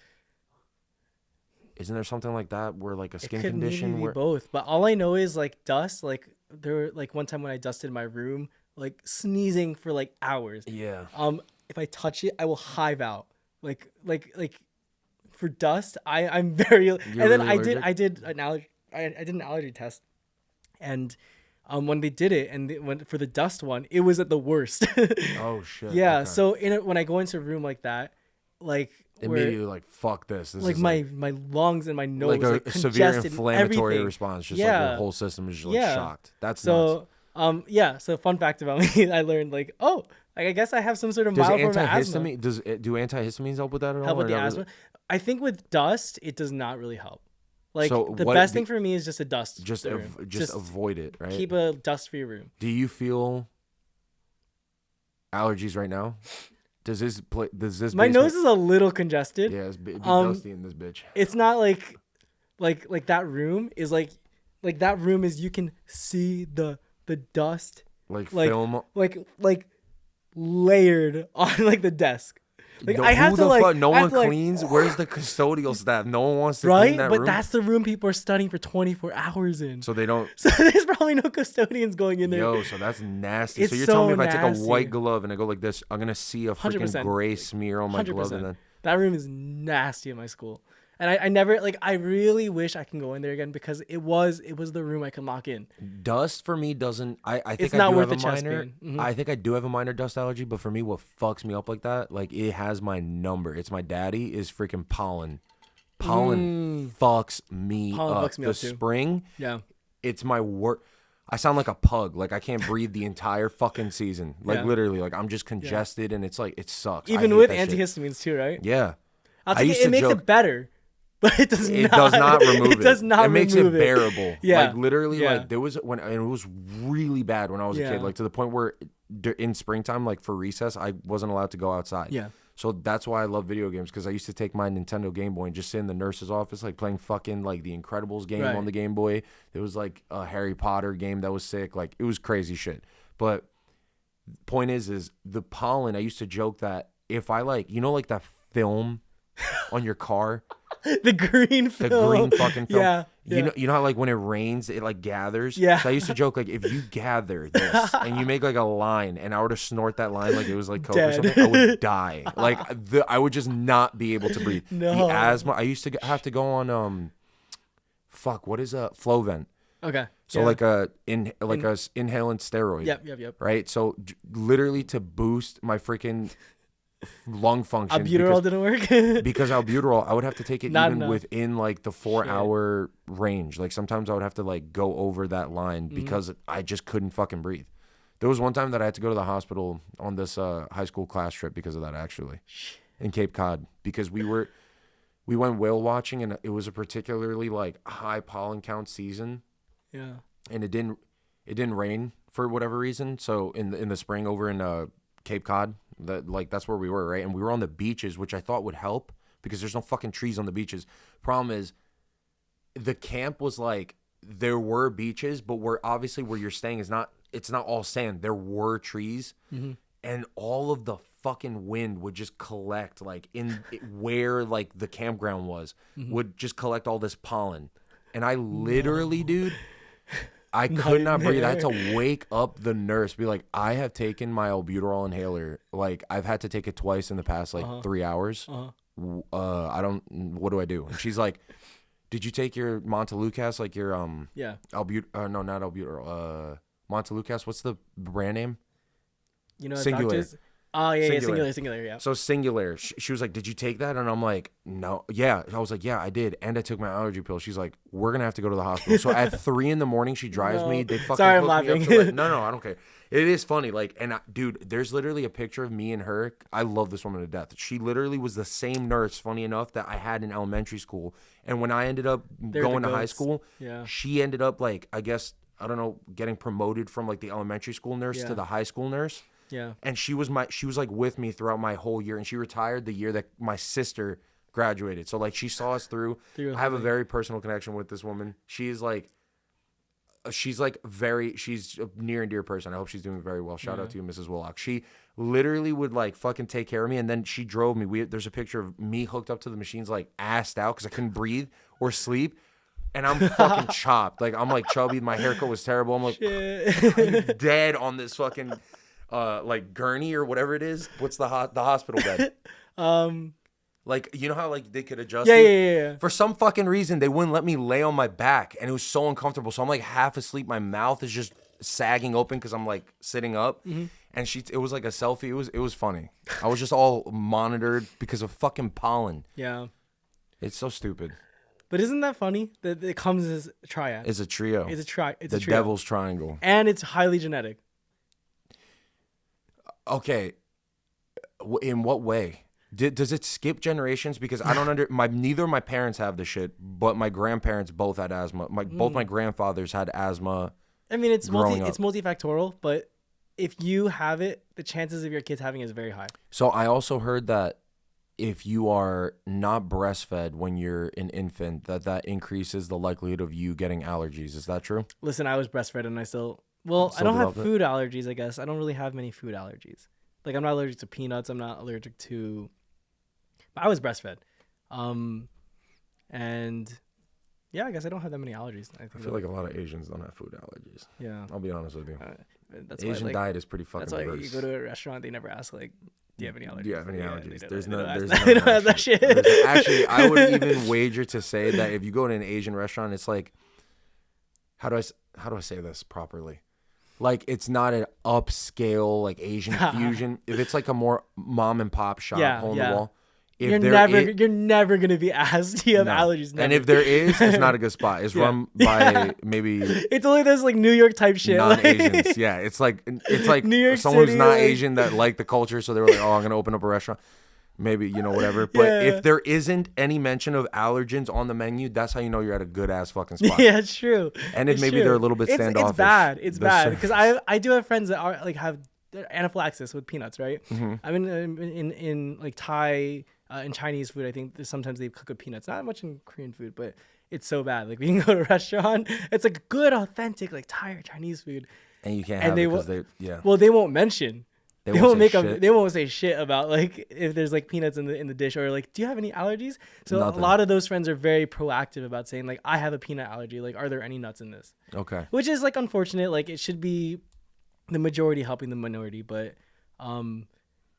yeah, no, it is weird. There are not that many Asians with food allergies. I think it's like Yeah. I think But that's then like, I think in clinic, like when I would go through the list of things, like when I used to work in a clinic, I'm gonna ask about like, oh, like, do you have any allergies? Most people would just be seasonal allergies. Not most many people. Okay. I don't know if they just weren't telling me because it's like, what's the point? Like, you're not gonna feed me like a tomato or something like that, like in clinic. But Just all of a sudden start throwing peanuts Just- and yeah, fucking exactly, cashews and shit. exactly. So I don't know if they're just withholding that because it's like, what's the point? Yeah. Or it's just easier to say like, no, I don't have anything than to go through the laundry list. But Yeah. yeah, I think in terms of like my Asian friends, I could think of like maybe 2 or 3 people off the top of my That head have like food that allergies. have a food allergy. Yeah, The only one I could think of honestly is Hannah's sister. That's it. I didn't know. Yeah, she's allergic to like a bunch of stuff. I think like not like to the point where she can't breathe, but like it irritates. Like Oh, she irritate. gets, Oh no, I get that with some fruits. It's like apples, but I Me hear too. it's something with the pesticide. Okay, I literally get like my lips feel numb and tingling. Yeah, like, your itchy. ears get itchy, right? Not my ears. Yo, I get the ears. That's a fucking genetic thing. You know that some people actually get itchy ears. Not The me. ears, the ear itch is. What? I've never had someone just cut the podcast episode off. Yeah, go ahead. Get my allergy shots. Fucking allergy shot. Inner ear would swell up, and I would be in my office like. It's the worst. Yo, hold on. On this note, can we because we're around like the time where Yeah. we gotta start ending things off. Yeah. I need to pee real quick, but can you line up some pictures? I want to end the show off with that, the episode with that, if you don't mind. I will think of 3 of the worst. Three of the worst. 3 of the worst things. Sorry, I have to pee. I've been holding. Are we showing it to the camera? Send me the link to the picture, and ooh, maybe we shouldn't. You know what? If you could send me a link of like what it's called, and we'll just say it actually. Right. Once again, we had some technical difficulties. I'm having some extreme issues with the camera side of things. I've had to record on 2 phones because the storage managing all these files is getting out of hand, and I don't want to delete all the personal pictures that I have on my phone, even though it's not that much. So these fucking 4K videos that iPhone shoots is like a lot of space. All right, so now the way we're gonna end the show. By the way, I don't know. We didn't talk about your interest. If you want to talk about that a bit, Oh, I my feel interest. No, you don't have to feel bad about it. bad. Like specifically in medical school, what route would you like to pursue? What route would I think that's honestly, if you ever meet anyone in medical school, That's the question. it's the question to ask. And you'll meet a lot of people that will dance around the subject. Some people don't want to jinx themselves. Some people don't want to talk about something and then they end up not being in that specialty. Okay. I try to be as transparent as possible. So I am currently very interested in plastic surgery. So for those that are listening, plastic surgery is not just about, boobs and butts and aesthetics, like, nose jobs and stuff like that. Plastic surgery are the surgeons that specialize in anything soft tissue. So we're talking about fat, skin, muscles, right? And sometimes bone too. Nerves, blood vessels, everything like that. Anything that's soft tissue, Okay. they can basically move around these tissues into different parts of the body. And the thing is with that, you have to know what muscles can replace each other, or what things can, not just muscles, but like what areas of the body like have a certain way that the blood vessel runs that is cohesive with somewhere you're trying to attach it to. Okay. So you have to be a master of anatomy when you're in plastic surgery. Okay. You also have to like every part of the body. Plastic surgeons can operate anywhere in the body, the head, whereas an ENT can only operate above the neck. Sometimes they'll work on the arm just because of like if they have to take some skin from there and move it to the face. But they're limited. Like an ENT surgeon is limited in where they can operate, but a plastic surgeon can operate anywhere in the body. So ridiculous question with plastic Oh, yeah, surgery. There's a huge gender not discrimination or like. Oh, the patient population. No, I was gonna say that like how do you look? We're in. This is a crazy question. Go ahead. We're in the age, and I'm asking for a friend. You'll see what I mean in a second. We're in the age where like there's so much that can be achieved with modern medicine. Women can have their breast size amplified and their butts, like all these, like it's all aesthetic visual stuff. Do you think at any point in the future you already start seeing dudes like getting like the muscle implants? You see what I'm? Oh, like increasing their penis size. Do you think that'll Or like- ever or be? like- or yeah. like, Do you think penis enlargement will ever be an actually real thing? Do you think that'll ever actually be a real thing? Because I've never seen until the modern, like I've never, you know, like the guy who's like the Ken doll.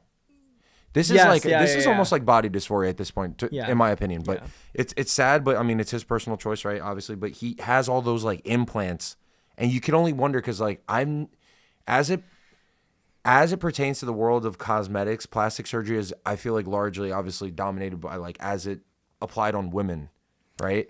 Like those Yeah, types so of procedures. that's why I tried to give that preface that a Or it's lot not of just the world cosmetics, yeah. thinks about it as cosmetics. My reasoning, and I don't know if that's going to change in the future because in the end, like, you know, obviously people do cosmetics because they make a lot of money and it's a good lifestyle. But and also, I mean, you get the cases where the poor kid that's bullied all their life because of their nose. And if you can give them a nose job and make their nose look better, right? I mean, yeah, I think it's and bring them to more sense of, I guess, average, the good way to put it, or what's the ideal nose, and then you know that helps them psychologically. Like there's a lot of good or like kids with the cleft lips, exactly. So I mean, and the thing is also I've been reading a textbook on plastic surgery, and they say you can't separate cosmetics from reconstruction or reconstruction from cosmetics. okay. Like if you want to be a good reconstruction surgeon, which is like what I want to do, I want to do microsurgery. I want to be putting vessels back together, tying, you know, someone that comes in with a traumatic incident or something like that. Maybe they got their thumb chopped off and can't, like, you know, they lost the thumb, like being able to reconstruct their thumb using their like toe or something like that. Okay. Right? Yeah. Stuff like that. Okay. Interests me. But the thing is, you have to understand what the normal form was, right? To understand what normal form is, you have to understand what's average in Cosmetics, terms of, and yeah. which is in terms of cosmetics. A lot of people are trying to get to that position of average. Or better than. In my opinion, I think a good cosmetic surgeon is someone that makes differences that are subtle, Okay. that are very difficult to detect, but it does make a benefit or improvement. Yeah. Yeah, I mean, there's obviously the people that the huge, you know, a lot of work done that's very apparent. I mean, like, I really hope if I were to become a cosmetic surgeon, I don't ever get to that like point of like, you know, making people look like they're plastic or like Barbie dolls, right? Yeah. But yeah, I mean, my reasoning for it is just because when I did medical school, what I've done so far in medical school, I love anatomy. Okay. I love like knowing exactly how a vessel moves throughout the body, how a nerve moves out throughout the body. I think it's fascinating how the muscles, the way they're oriented, why they cause the muscle to move in a certain way. It's just, Okay. it blows my mind. And then there's other surgeons that like more the viscera or the bones, like orthopedics, like the bones. Okay. General surgeons like the liver and the intestines. Like that it doesn't toot my horn. So the other thing is I really liked our dermatology unit, and I'm gonna sound like such a superficial like you know, all the people that like Plastic surgeon. dermatology, plastic surgery, yeah.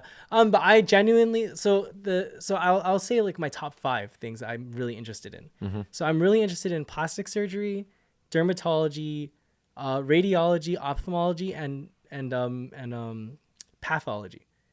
So I don't know if you're familiar with Pathology, like the way viruses, like. No, well, that's the study of disease is pathology, but a pathologist is someone that would like that. It's basically they're like they're masters of diagnosing things. Okay. And the way they do is because they look at like actual slides of what's happening at the cellular level, or they look at like if they do an autopsy, right? The medical examiner, they can look at what happened in the anatomy and see the appearance and be, oh, this is the diagnosis. This is exactly what happened. Okay. I am a very visual person. So while like some people like That makes sense. Plastic surgery. Yeah, people like to like listen for the heartbeats or feel pulses and stuff like that, which is important for plastic surgery, like feeling pulses and things like that. I have always found myself to be someone to have very acute I'm very acutely detailed when it comes to visual things. You could. it's almost like you have the ability of like you can notice very very small details, fine details. Yes. observation. So when I worked in the ophthalmology office, it was a lot of like looking like the doctor I worked with, and sometimes I got to look at the eye too. Like it's like the matter of one little speck that's like a hemorrhage, Okay. and that can cause disease right Okay. there. Just like seeing that little like detail. Okay. So like pathology, you're looking at a microscope slide. You want to see what cells might be cancerous, what cells are abnormal. And I found myself, like, not to compare myself, but also comparing myself with my classmates. Like we're taught like pathology lectures, and I'll look at the slides and be like, oh yeah, you don't see like what's wrong with this slide. you Like have a natural this, knack for this that. right there, you don't see like this group of cells, like they're abnormal, like, and they're like they just look like blobs to me. So that runs into dermatology too, because you look at different rashes, you look at different skin lesions, and you have to know like what's the different kind of lesion, what you're Yeah. looking at, right? Ophthalmologist said earlier, like just knowing what's like a hemorrhage or anything like that. But I've always loved visual detail. Okay. That's interesting. So that's why those 5 really appeal to me. At this moment, I mean, I'll learn more, but like, yeah, like listening to the heart sound, hearing a murmur is like cool. But it's not as cool as like actually seeing some I shit. mean, that could sometimes be I'm like, I off. don't even know if there was a murmur there. Like, I don't know if I heard it. Oh, okay. Okay. Yeah. Gotcha. So I think visuals is a little more objective. And that's obviously why you said radiology, because then you can, you Yeah. know, yeah. Visual is a little more objective for me. I like to know, like, see it and believe it. And number 1 is plastic. You're saying right now? Yes, because plastics is also inevitably a very visual field too. You need to know what things you have to down to the proportion. Actually, so the body, we know a lot of different proportions of the body, and they tend to follow a certain pattern. Okay. Like generally, your arm span is about the same size of your height. Okay. Like we know these different proportions of the body very acutely, but also to be able to recognize that, like, oh, this is off proportion, right? It takes eye for detail. Okay. So I love that.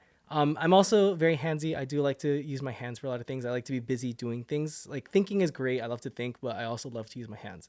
So I found like I would practice suturing at home.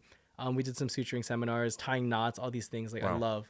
I love that. So that's why You're talking about practicing on like a latex piece where it's Yeah, like just like a okay, latex yeah, piece. yeah. But and then I was watching someone do like microsurgery, and awesome. It's like it's literally like moving fingertip like movements when doing microsurgery. So microsurgery is, if you're not familiar, it's like when you use a microscope and you have sutures maybe this thinner than a hair, and you're tying vessels together, So, millimeters together. and is an even neurosurgeons are probably Neurosurgery. is that amplified the level? It's like that, but even crazier. Because I mean, like, how small is a fucking nerve? Like, what are they Yeah. surgically operating on? You know, I mean, I should look a little more into neurosurgery, but the brain has never interested me that much, to be honest. Okay, so it's more Oddly, But yeah. microsurgery, do you have steady hands? You have to. I mean, I think with the amount of caffeine I drink, I don't have as shit, steady because of hands. that's But because that's a fucking. You can't be out here jittering like if you're trying to. Literally, you're talking about the size of a hair I'm pretty good at threading a needle in a what do you call it? in the loop of a needle. Yeah, The eye of a needle. eye of a needle. Yeah, I'm pretty good at threading that. My mom always asked me to do that for her. Oh, okay. Little things like that, like just like little details. I love, like, weird thing. I don't people in the camera that can see, like we learned about certain parts of our bodies, right? Like our fingers, like some people have more control over how much they can like bend joints in their fingers, right? So I can like control how much I bend the tops. top ones, right? Little things like that, I could just barely do it like that. right? But I can even do it to the point where I can do like the closest one, but then just keep the other one straight, like things like that. What the fuck? Okay. Right. So, I mean, something I know, I just thought that was normal, but then apparently people can't do certain things like that. We learn because we're learning, like when we're doing our anatomy class. So like some people have better control over like each individual joint of their finger. Right. And it made sense. My mom always told me, like, you're always very good with your hands. You're always like able to like hold different things in weird ways and be able to manage like things like moving things around like Yeah. that. So they pushed me to try to do dentistry. This is where, like, in the beginning when I was talking about like I wasn't in medicine because Yeah. like there were certain factors that pushed me away from it. They always tried to push me into dentistry. That you were gonna because- be like in dental school instead. yeah, of because med school. dentists are also people that have to be very acute, have very good Yeah, of detail course. with their hands. But it was a trait I've always been known, like, I've always been told that like I was good with. So I mean, now that I'm in medicine, I can start choosing things I want to do. Yeah. And plastics is like probably your number one right yes, now. it's my number one right now. Like it's like the research I'm doing. We did some research on breast cancer and like the ways you can reconstruct breasts and like and stuff like that. So it made me read into some things. I watched some YouTube videos and it's like awesome. It's so cool. Do you think it'll ever actually be possible for penis enlargement surgeries or whatever procedures? Listen, nothing is impossible, right? But like this is the fascinating. It's like what, because obviously like fake boobs are such a thing, and so are fake butts, right? With with like female to male transgender or transsexual surgery, or gender affirming surgery, they will create like a penis, using like arm muscles. They will. I mean, it's not like, you know. I mean, But I don't know how if would you enlarge? So I don't know that's if the the thing. function is like right. But then also as a plastic surgeon, you have to be good at also knowing how. So I was watching like a podcast, and they were talking about plastic surgery. Also, you have to be psychiatrist in some ways, What do you mean? because you deal with a lot of personalities. You're gonna deal with a lot of personalities. Oh, like people who are gonna say they want this, and they you want gotta this, and quell you have to their- know what's in yeah. your limits, right? and be like, hey, look, that's And not also possible. where it's like this is something maybe like just be confident in yourself. Okay, right? so do you think with all the research and knowledge that you have currently, do you think it's actually a feasible, or it's like, no, that's just the thing that like it's a limited, it's never going to be a thing? Listen, there's ways you can make yourself taller. So That I'm not is fucking right? crazy. I know So that I'm surgery. not- I've seen that surgery. It's insane. I'm not saying it's impossible. Would I be a surgeon that practices that? Probably not. You see, this is the thing that fascinates me. It's like people are literally like in the world of cosmetic procedures.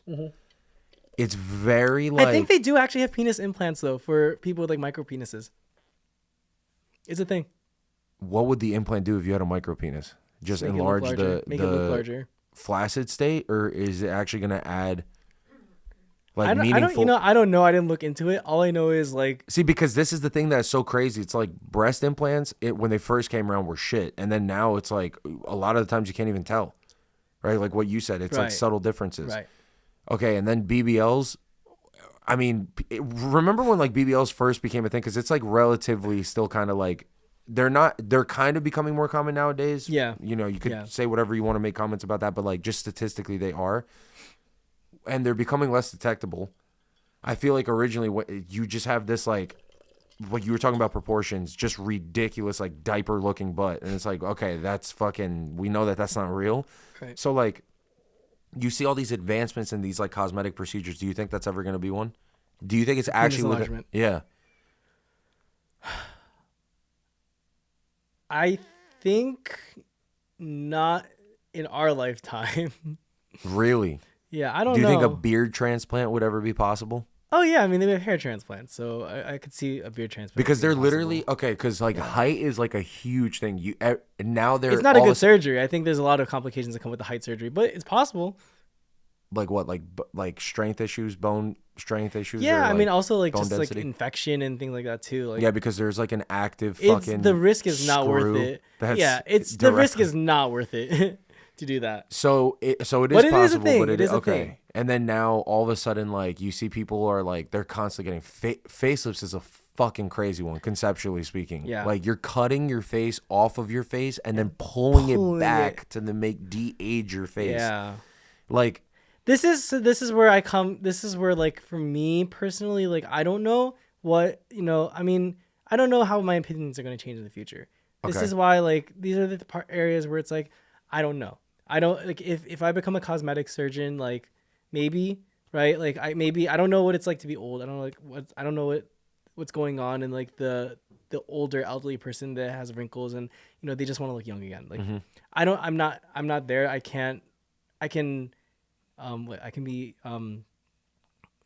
I can sympathize, but I can't empathize with it, right? So, yeah. I mean, in this current scenario state, like, I don't think I'd want to do cosmetic surgery. I'm not opposed to it, but it's more so the microsurgery. I would want to do like reconstruction, maybe academia or something like that. Yeah, gotcha. Yeah. It's not really like the cosmetics. It's side of truly things that the interest- knowledge of anatomy and being that person that can like when if a surgeon has an issue, because so actually another thing is with plastic surgery they call them the surgeon. If a surgeon is dealing with some issue with reconstruction or some issue with soft tissue, they call him the plastic surgeon. So we help the surgeons really, not like Does the stigma of it all just being boob jobs and BBLs bother you? not enough where it's like I wouldn't choose that field, right? Mm-hmm. Because like again, like it comes with cosmetics is you can't separate cosmetics with. Yeah. So actually doing this research paper that I've been doing right now, I can understand. So we see some images or post-op pictures after a mastectomy, Okay. and it is just so like I can't imagine what goes through the person's head when they get their breast removed, and like what the result is, right? So It could be like psychologically damaging to the person who has to go through it that. like You're saying. in your own free time, if you want to look up what like a mastectomy looks like, I'm sure there's after images. It can be very, yeah, there's probably a lot of psychological damage. So being able to restore someone's like, happiness or something like that, or make someone just like, even if maybe they don't have a nipple or something like that, like they have the volume and they can go out and looking normal again. How do you and it's not a thing right now currently where you could basically like make an artificial nipple? Oh, well, they have tattoos and you can reconstruct like, Tattoos. yeah, I mean, there's not, so you can't reconstruct from bottom to from nothing to something. So a lot of times what they'll do, because we don't have a lot of areas in our body that are pigmented, right? So if you think about the nipple is darkly pigmented, right? Yeah. So there's not many areas in the body that are where you can just like take tissue from there and move it here. Okay. So what they'll do is they'll reconstruct the sizes and the volume of it, but then they can use tattoo to actually pigment it and reconstruct a nipple like that. And you can look it up on your own free time. But how the fuck do they reconstruct the actual like I mean, part with that, just tissue, like just taking tissue from anywhere, right? I'm pretty and sure then they that's the way just they do darken it by tattooing? I'm it's- telling you, that's how they make the if nipple. you want, That's if, pretty in your free crazy. time, you can look it up. If you want to look it up right now, I do think that like Actually, I'll the show you way right now. I do think like the way that like I guess modern medicine has found to repurpose different body parts like Frankenstein shit is interesting. Like I know about like yeah. I mean, some ways I do think about it. Plastic surgery is a little bit of like Frankenstein work, but I think but that's it's like interesting too. science fiction almost. Like you know like with orthopedic surgery how they use cadaver like Achilles tendons Yeah. for like people's ACL reconstruction and it ends up being like stronger than it was before. The Yeah. mechanism for that is super fascinating because I thought when I first heard that I thought it means that they just take this fucking piece of tissue and then that's like your new one. Mm-hmm. I didn't know that it actually functions. I learned recently that it functions as like a scaffolding for your body to actually regenerate it like yeah. yourself. Yeah, I mean the body has really crazy. So another part about plastic surgery is understanding the way the body regenerates, understanding the way the body heals, and stuff like that. So the body's fascinating, the way that it heals, the way the mechanism, and how sometimes those healing mechanisms can cause issues too. So Okay. it's like I've just natural inclination. I've always been interested in how the body heals. So I think it's another reason why I'm interested in plastic surgery. But yeah, something like the reconstruction with the Achilles tendon and how you can integrate that into the body, right? And how the body will respond and heal and integrate it with itself. But then also there's other issues that occur. But Like breast implant illness from like the capsule that's formed around like that. yeah, right? there's the contracture and stuff and like that. anything that's foreign, the body's going to probably try to reject. Yes, I know there's some incidents of breast cancer with implants. Oh, okay. So there's but okay, so like something like this. So the one is on this? the This is- left is So I after guess a mastectomy. not that this is. I mean, obviously this is unfortunate, but after this, we should start the segment that to end the show. It's Yeah. So Thank the God we're doing left, this before we're gonna eat. Go ahead. the left is the one after a mastectomy, Okay. right? And the one on the right is after a nipple tattoo and reconstruction. Wow, the tattoo is well done. Yeah.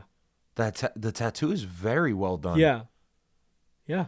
You actually can't really tell from the You wouldn't from know. a picture. You would have no idea. That's interesting as Yeah. fuck. You would have no idea. And that it so was you got to tattooed. learn how to tattoo. You got to learn how to be a tattoo artist too, Listen, I think or they bring in someone else to do that specifically. no. I think in the people that I've shadowed, the PAs can do it. Oh wow. Okay. Yeah, That's I think as pretty long as you have interesting. like some sort of licensing or whatever. I don't know the way it goes, but That's pretty cool.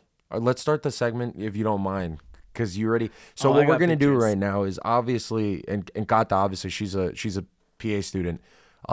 Even before she got into PA school, they did say that if you're thinking of doing anything in the medical field during the education process, you're going to be exposed to some rather unsavory images. Yeah. I mean, not even just in cadaver lab or anatomy lab. It's like in all throughout all courses, right? So let me. Okay. So I'll just- he's about to show me pictures of some of the most gnarliest shit that he's seen, and I just want to see if I can stomach it. They do say that if you don't have You the need to have a ability- strong stomach. Yeah, I think I'll handle this just fine because unfortunately, my Instagram feed, a lot of it is people dying, like really horrible shit. Oh, there's worse than that. I'll tell you right now. I don't know. It's worse than that.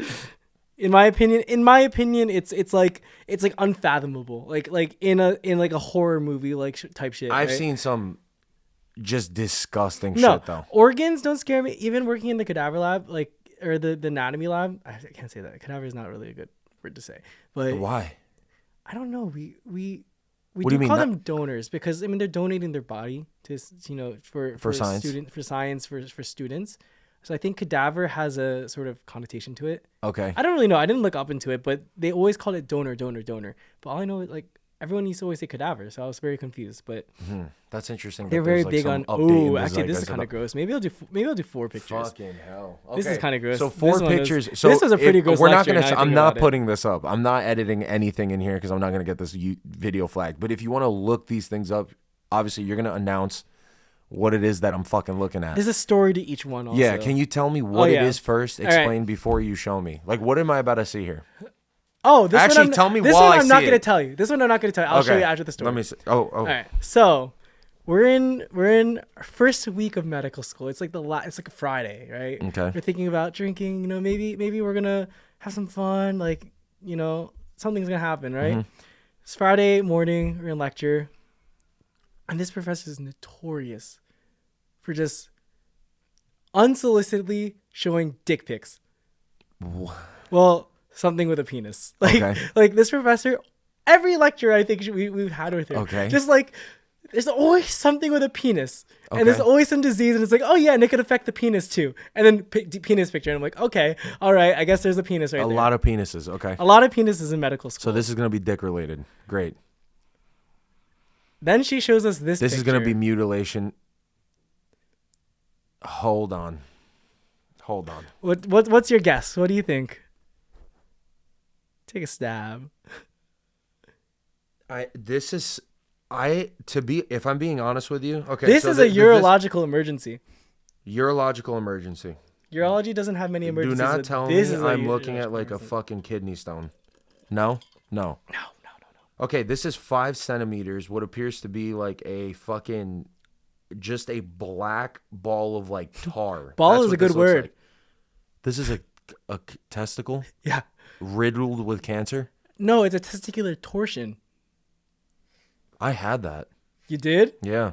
So that's what happens if you don't get it treated. So I almost ended up having 1 ball. I have two testicles, but I almost, like, the doctor literally said It's it emergency. happened when I was a kid. Like, I emergency. couldn't pee, Yeah. and my shit was swollen, and my mom took Yep. me to the hospital. Yep. And they had to I had to undergo Yep. surgery where they basically cut me open, and then they saw that one of them was cut off and it was purple. Yep. So this is That's it. when it becomes irreversibly damaged. This is actually not that bad. That's why it's the 4th one. okay. Oh, it's gonna get worse gets from worse. here. So, Okay.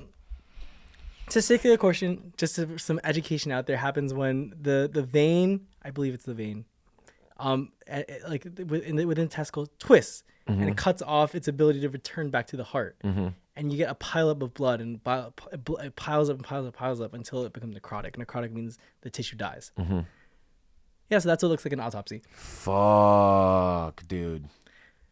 She just next slide. We're looking at pictures and okay, interesting. And Fuck, next that's slide, a ball? testicular torsion. That. No. Actually, I think she. What I think was she the enjoyed bit? showing What us was the this. bit on the end though? That's the what the fuck is that? This part right there. I think that's just part of their flesh.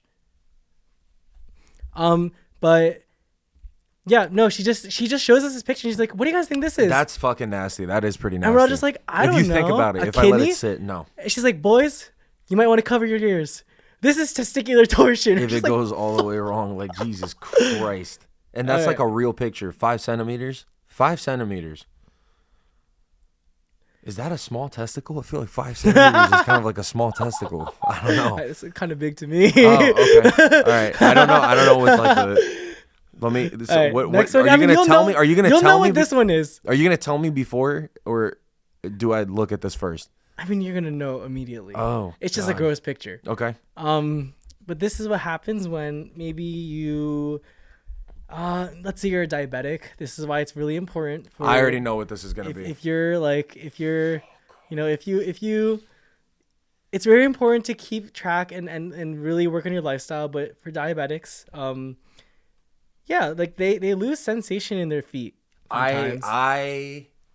I already know what this is gonna be, and this is fucking gross. And this is 3. Yeah, this is number 3. Oh, 2 and 1 is the worst. And they're infections. It's gonna be They're a fucking infections. ankle, rotten foot, like Oh, heel sticking toes. out. Go ahead.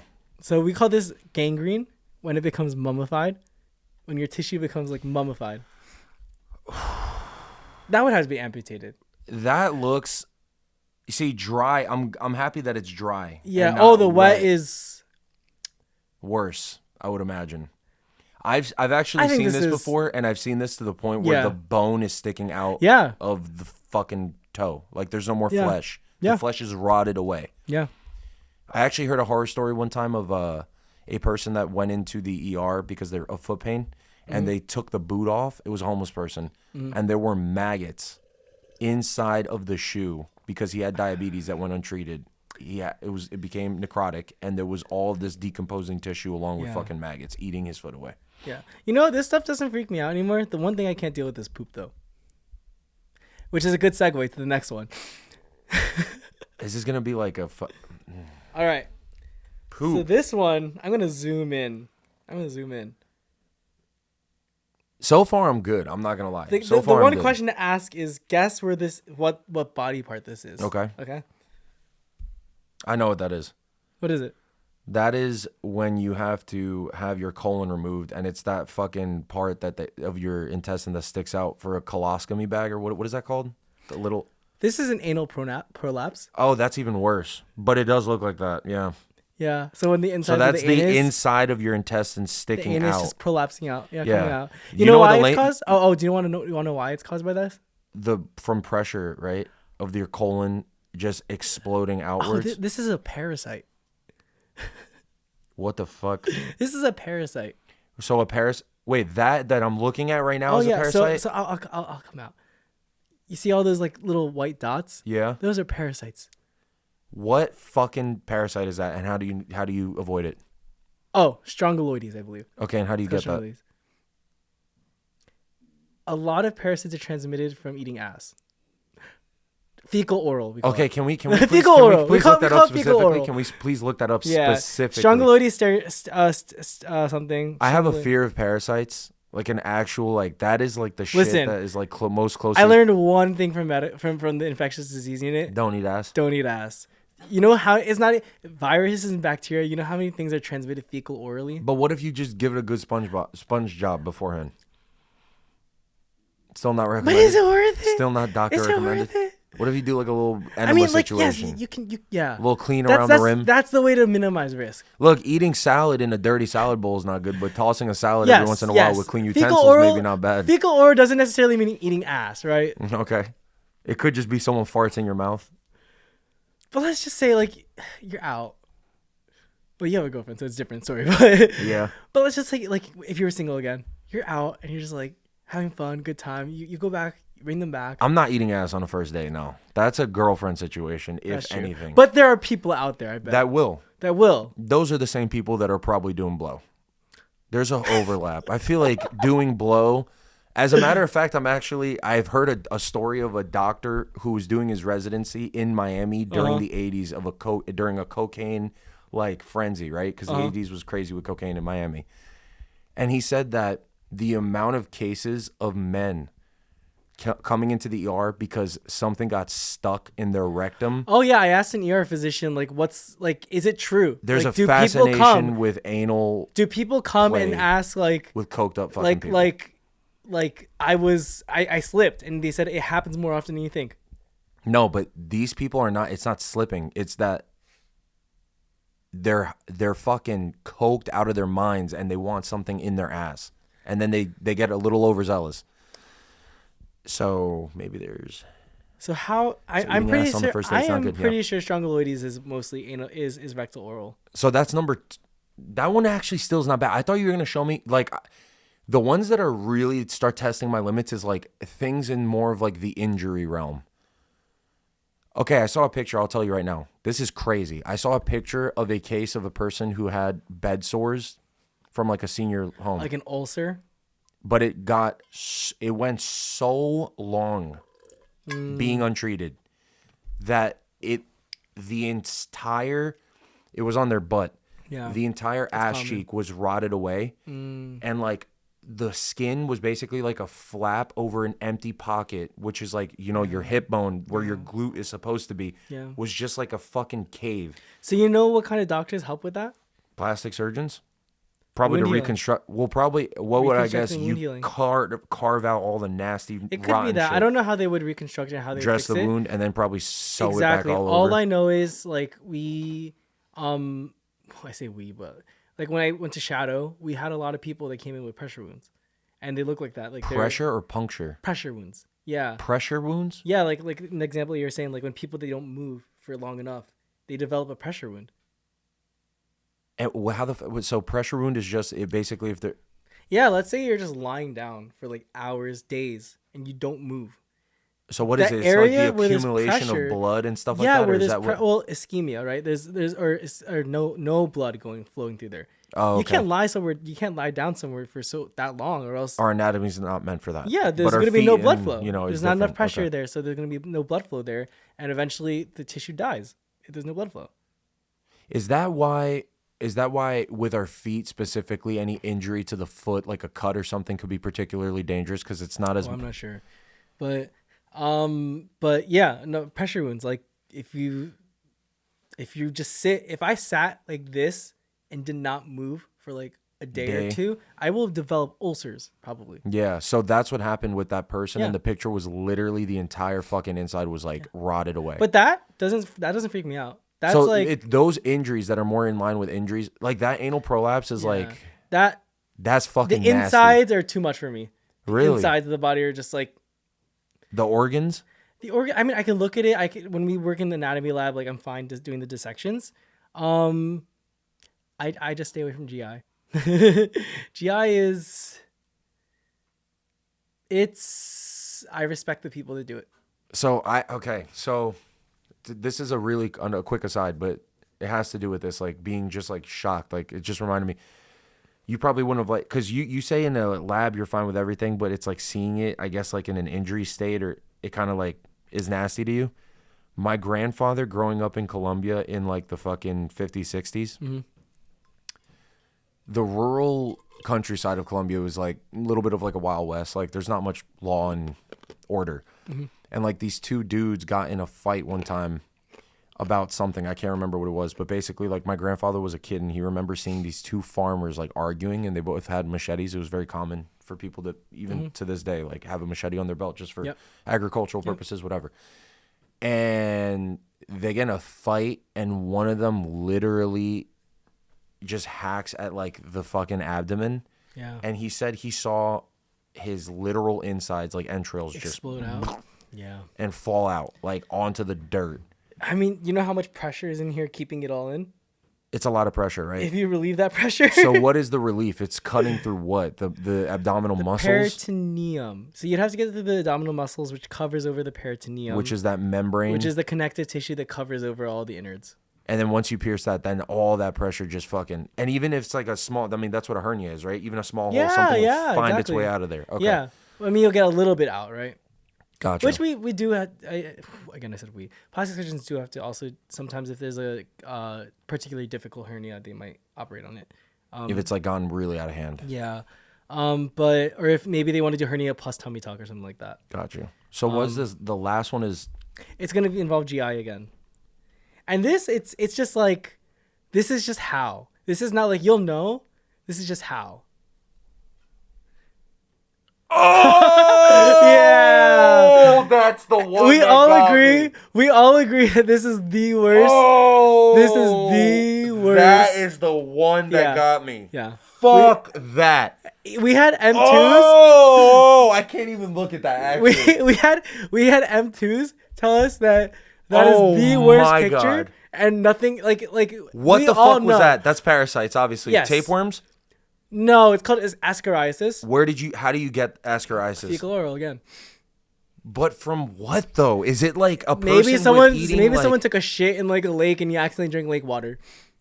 But what Yeah. about the fucking poop makes it so that like you get that? Like how do you become infected with that parasite that then it's passed on through the poop? Because I'm assuming, look, a parasite has to be laying eggs in the And in growing the and feces for larvae, then yeah. you to ingest that, right? Yeah, and going through life cycles. But what lays like how does the person become infected with that if it's not through like the replication process of like the fecal route? That is disgusting. I've honestly, seen tapeworms I'm not before. sure. Yeah, Oh my tapeworm is God, pretty no, gross, but that that is one- the worst. It's the amount Yeah, that was yeah. expelled from the fucking Yeah. body. Yeah, it's called. So the worm is called Ascariasis. Oh my Ascarias God. lumbricoides or something Okay, like that. remember I literally that just condition's said- called Ascariasis. I just told you that parasites are actually the only thing. Like, look, I can handle organs. yeah. Something about worms, Yeah. shit living in you. Oh, you want to hear even grosser about this?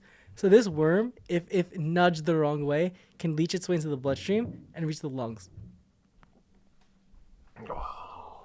That is so gnarly. My eyes are watering. Yeah, it can grow in your lungs and shit like that. Like, How do you know if you oh, have and this? the worst part was our professor came in, and she brought a jar into class. After she showed this picture, she's like, "Yeah, that's what's in this jar right now." She kept, She had worms She kept those worms. in formaldehyde yeah, in a fucking jar. in a mason jar.